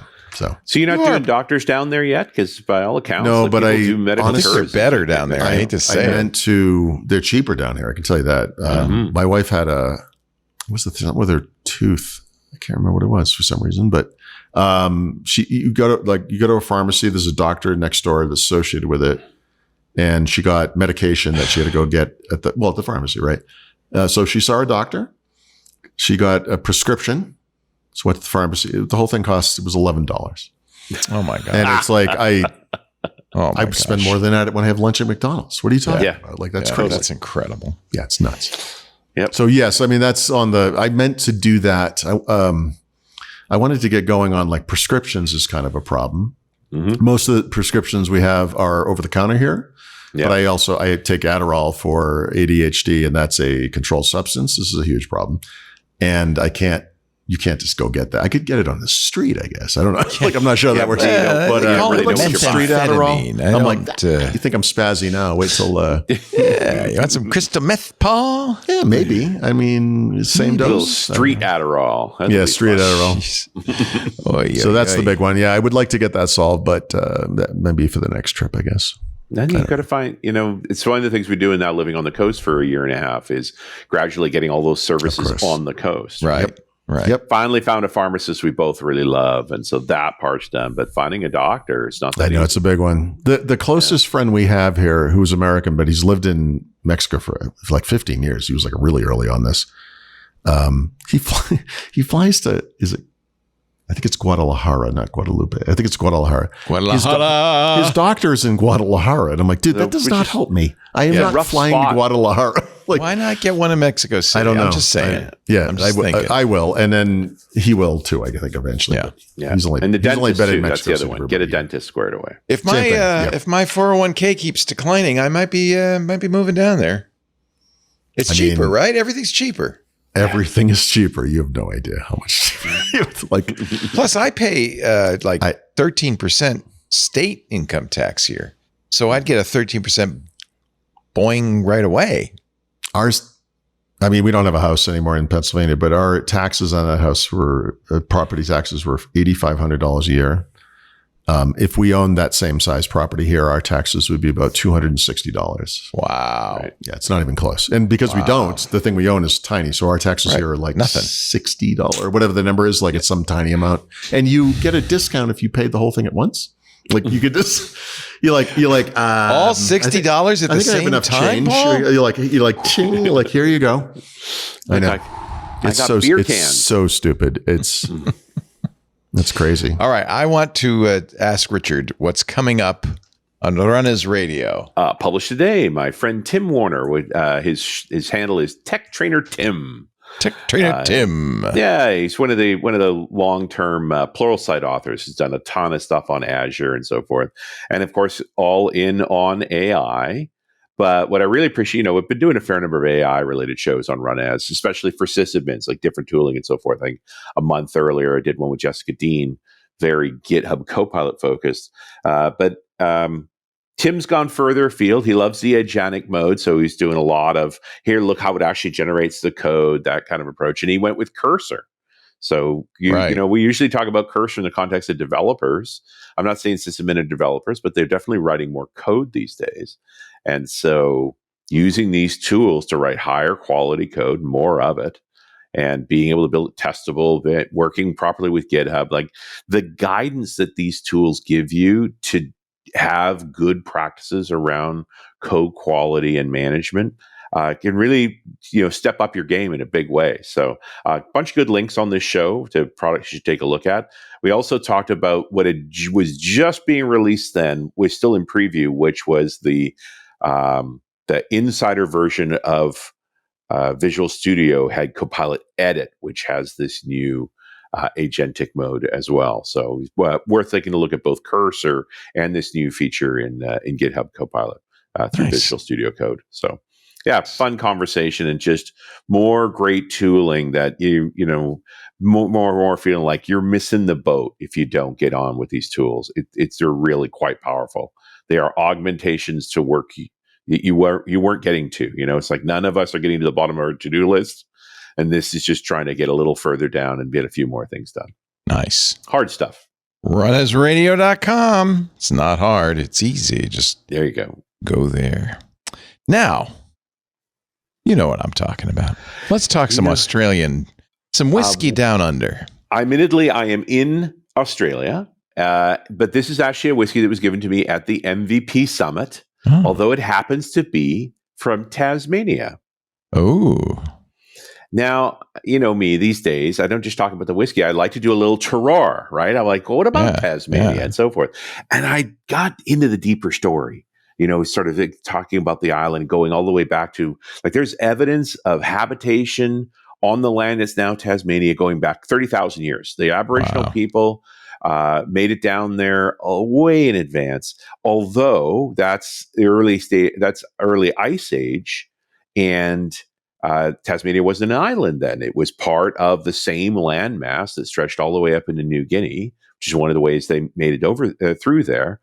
And I love the fact that in the stories that they've collected about this, there's a flood story. That this, we talk about all kinds of different mythologies and religions have these flood stories, and they talk about maybe it was the breaching of the Bosphorus Strait that filled in the Black Sea that is the origin of the flood story, but the Bassinian Basin very clearly was inhabited. It's now, several hundred meters underwater, ocean water, and it had probably flooded over a century or so as the ice melted, and became the Bass Strait and separated that island from the rest of Australia. But the Aboriginals call that land Trawuna, and the interaction between the Aborigines and the Europeans, especially by the nature of how Australia was inhabited, is not good. Right? There are grim stories that I hope that they're dealing with, as many countries are with their Aboriginal peoples. The Europeans first cite the land that becomes named as Tasmania was actually a Dutch explorer named Abel Tasman. In 1642, but he named the island Anthony de Demosland, which was actually the name of the governor of Dutch East Indies at the time. The British immediately then shortened that to Van Diemen's Land. So that island was named Van Diemen's Land by the Dutch and ultimately by the English for a couple hundred years anyway. The French have maps of it from the 1700s. James Cook sailed by it.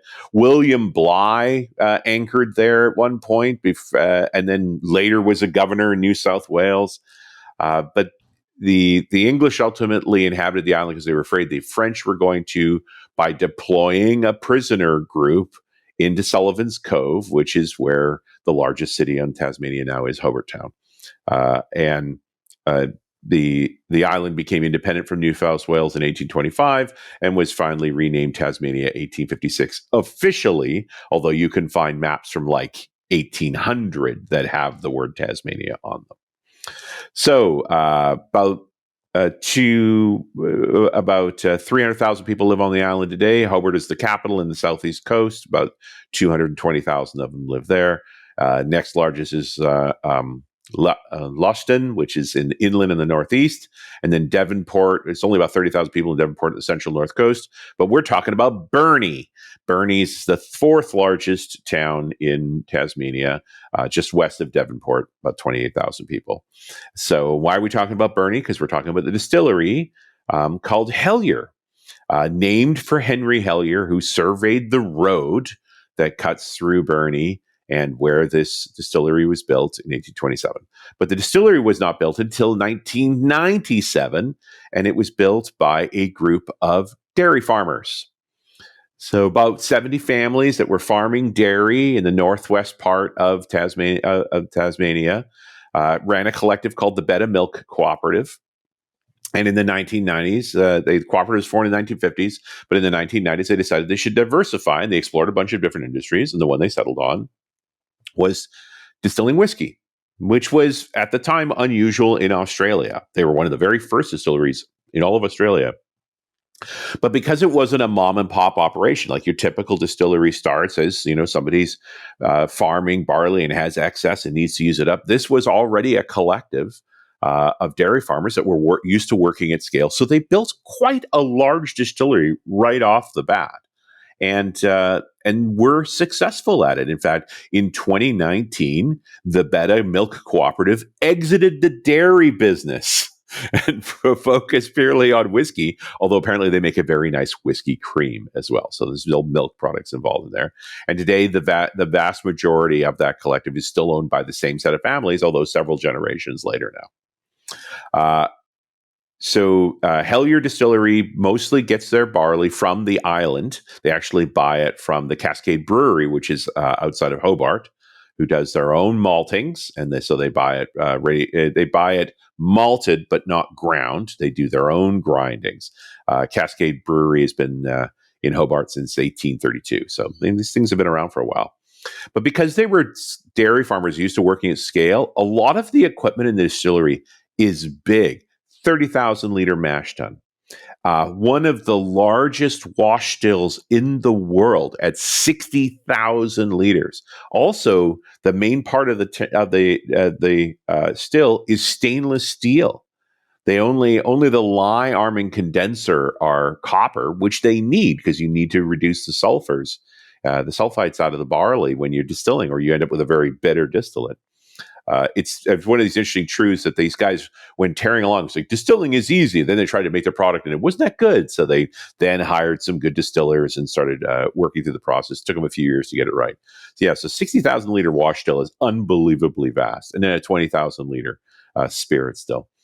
They do Tasmania is far enough south that it's fairly cool there. So their fermentation is it's very Scottish. It's like 65 hours of fermentation. But because the still is so big, when they do their initial wash distillation run, it's 72 hours. Like typically a Scottish distillation on the wash would be 8 hours. So this is a very, very long distilling process. There's a lot of conversation about the effects of a long distillation like that on the reflux to make a really clean tasting spirit. They normally age in bourbon casks, as they're inexpensive. In fact, they even say they're using Jack Daniel's casks. And they make a bunch of different variations of whiskey, which they've been making for more than 20 years now. In fact, they do have long agings. They have a 21-year-old. And if you can find a bottle of it, almost $1,000. Like, not cheap. And they do lots of finishing barrelings: port, sherry, wine, beer, you name it. They do have a small line of peated whiskey, but they buy that barley that are already peated from Scotland. So their non-peated editions are Tasmanian barley, handled by the brewery on the island, but the peated stuff is Scottish barley. You know, we can't get to the link you put in. I think they don't sell that Harmony number 3 in the US. And between the time that I got this bottle and today, that link has died. Yeah. And that's because this is the 3rd edition of Dark Harmony, and there were only 239 bottles of it. And I got bottle 224. It's gone. I'm so jealous. Is gone. Now I don't have it with me. I doubt putting it back on the airplane seems stupid. Yes. But I did have a nice taste of it. Now, this is the 3rd release of this series of special maturings of whiskey that they've made. What they did here is cool. So they're making their normal whiskey. They make a beautiful 10. And then they took that Jack Daniel's cask that had already done 10 years of their bourbon in it, and they lent that barrel to Communion Brewing, which is in Burnie as well. And they used it to finish a dark IPA. Huh. So, and they called that dark IPA the Mutinous Bastard, which I suspect is, after Captain Bligh and all that sort of thing, which you can't get the beer anymore either. It was a special edition. But then they gave the barrel back to Hellier, and they made this Dark Harmony. Love it. So, the whiskey did 10 years in bourbon first, and then they did a finish in this special barrel to make the Dark Harmony for a year. It looks like if you go to the distillery, you can try Dark Harmony number 2 in a tasting. May not have sold out as quickly. So I made notes about trying this back at home. And my first note was, whoa, there's no harmony here. This is a serious punch in the mouth. Wow. Right? It's got a little scent of peat, which really gives you no sense of what's about to happen when you drink it, because it's almost overwhelming. It's 53%, which is high but not catastrophic, but it's pretty strong. But it doesn't have that alcohol burn. It has a bitter IPA taste. Oh, interesting. But as soon as you get that first swallow done, your salivary glands kick off. Like that bitterness really sort of gets you go, oh, I think I want more.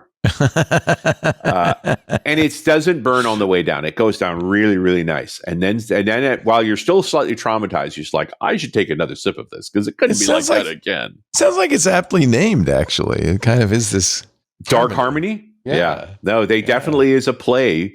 This is a barrel that's gone from whiskey to beer back to whiskey. Wow. And so it's unique. It's such a cool idea for whiskey. And it was Chris Goosen who gave me this bottle, a fellow MVP. And I'm really grateful to him because there's only 239 bottles that's ever made. I got bottle 224. I love it. There's a competition to impress you now, right?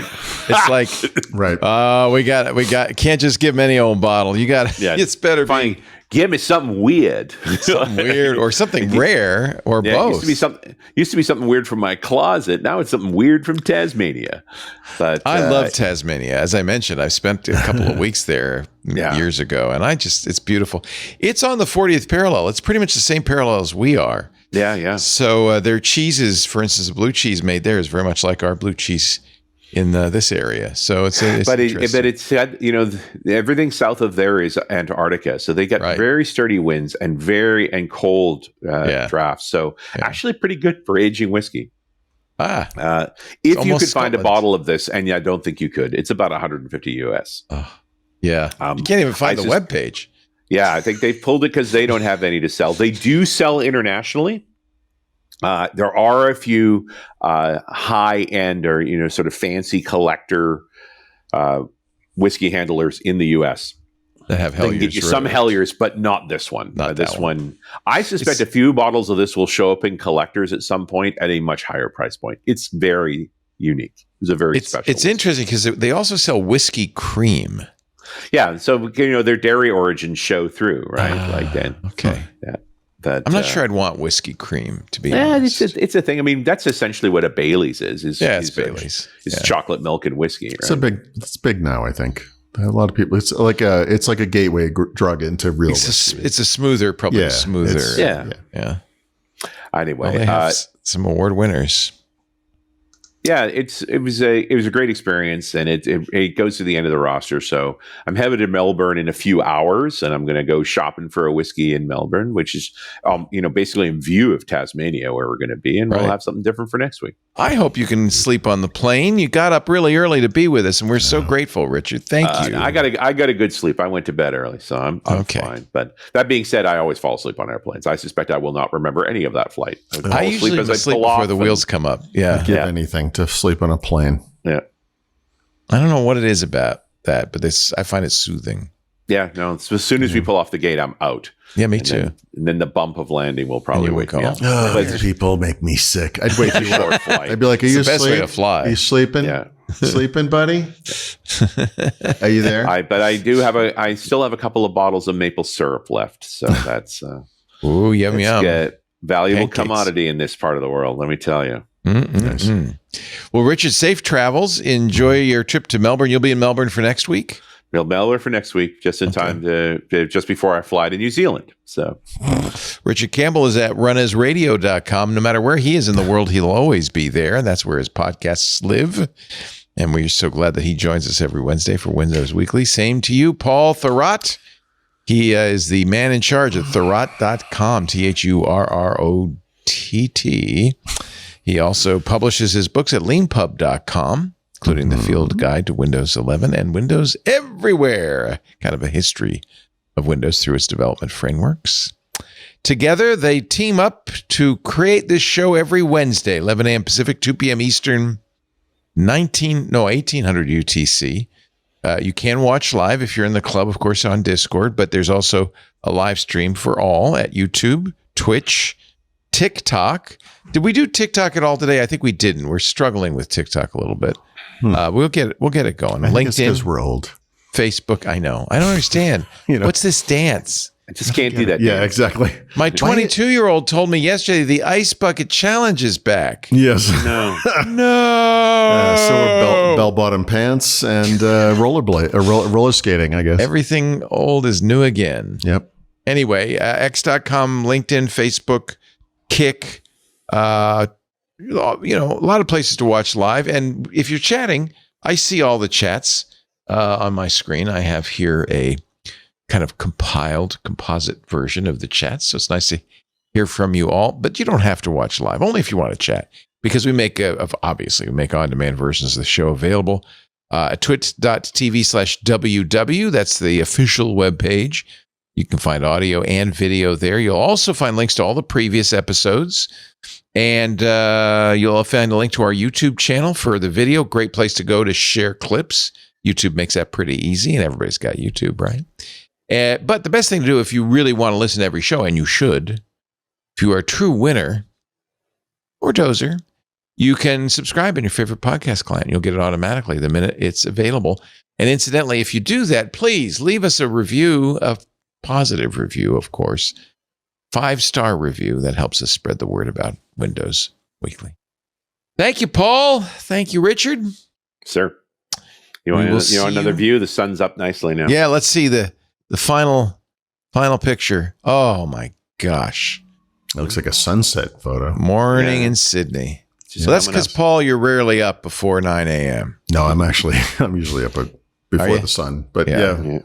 It's one of the things I liked about cruises is, you always have that perfect sunset over the ocean. Oh, yeah. There's never anything in the way. No sunsets here. It's sunrises. Nice. The sunrise. We're looking east. So. Yeah. Thank you, boys. We'll see you next week. Thank you, everybody. See you next time on Windows Weekly.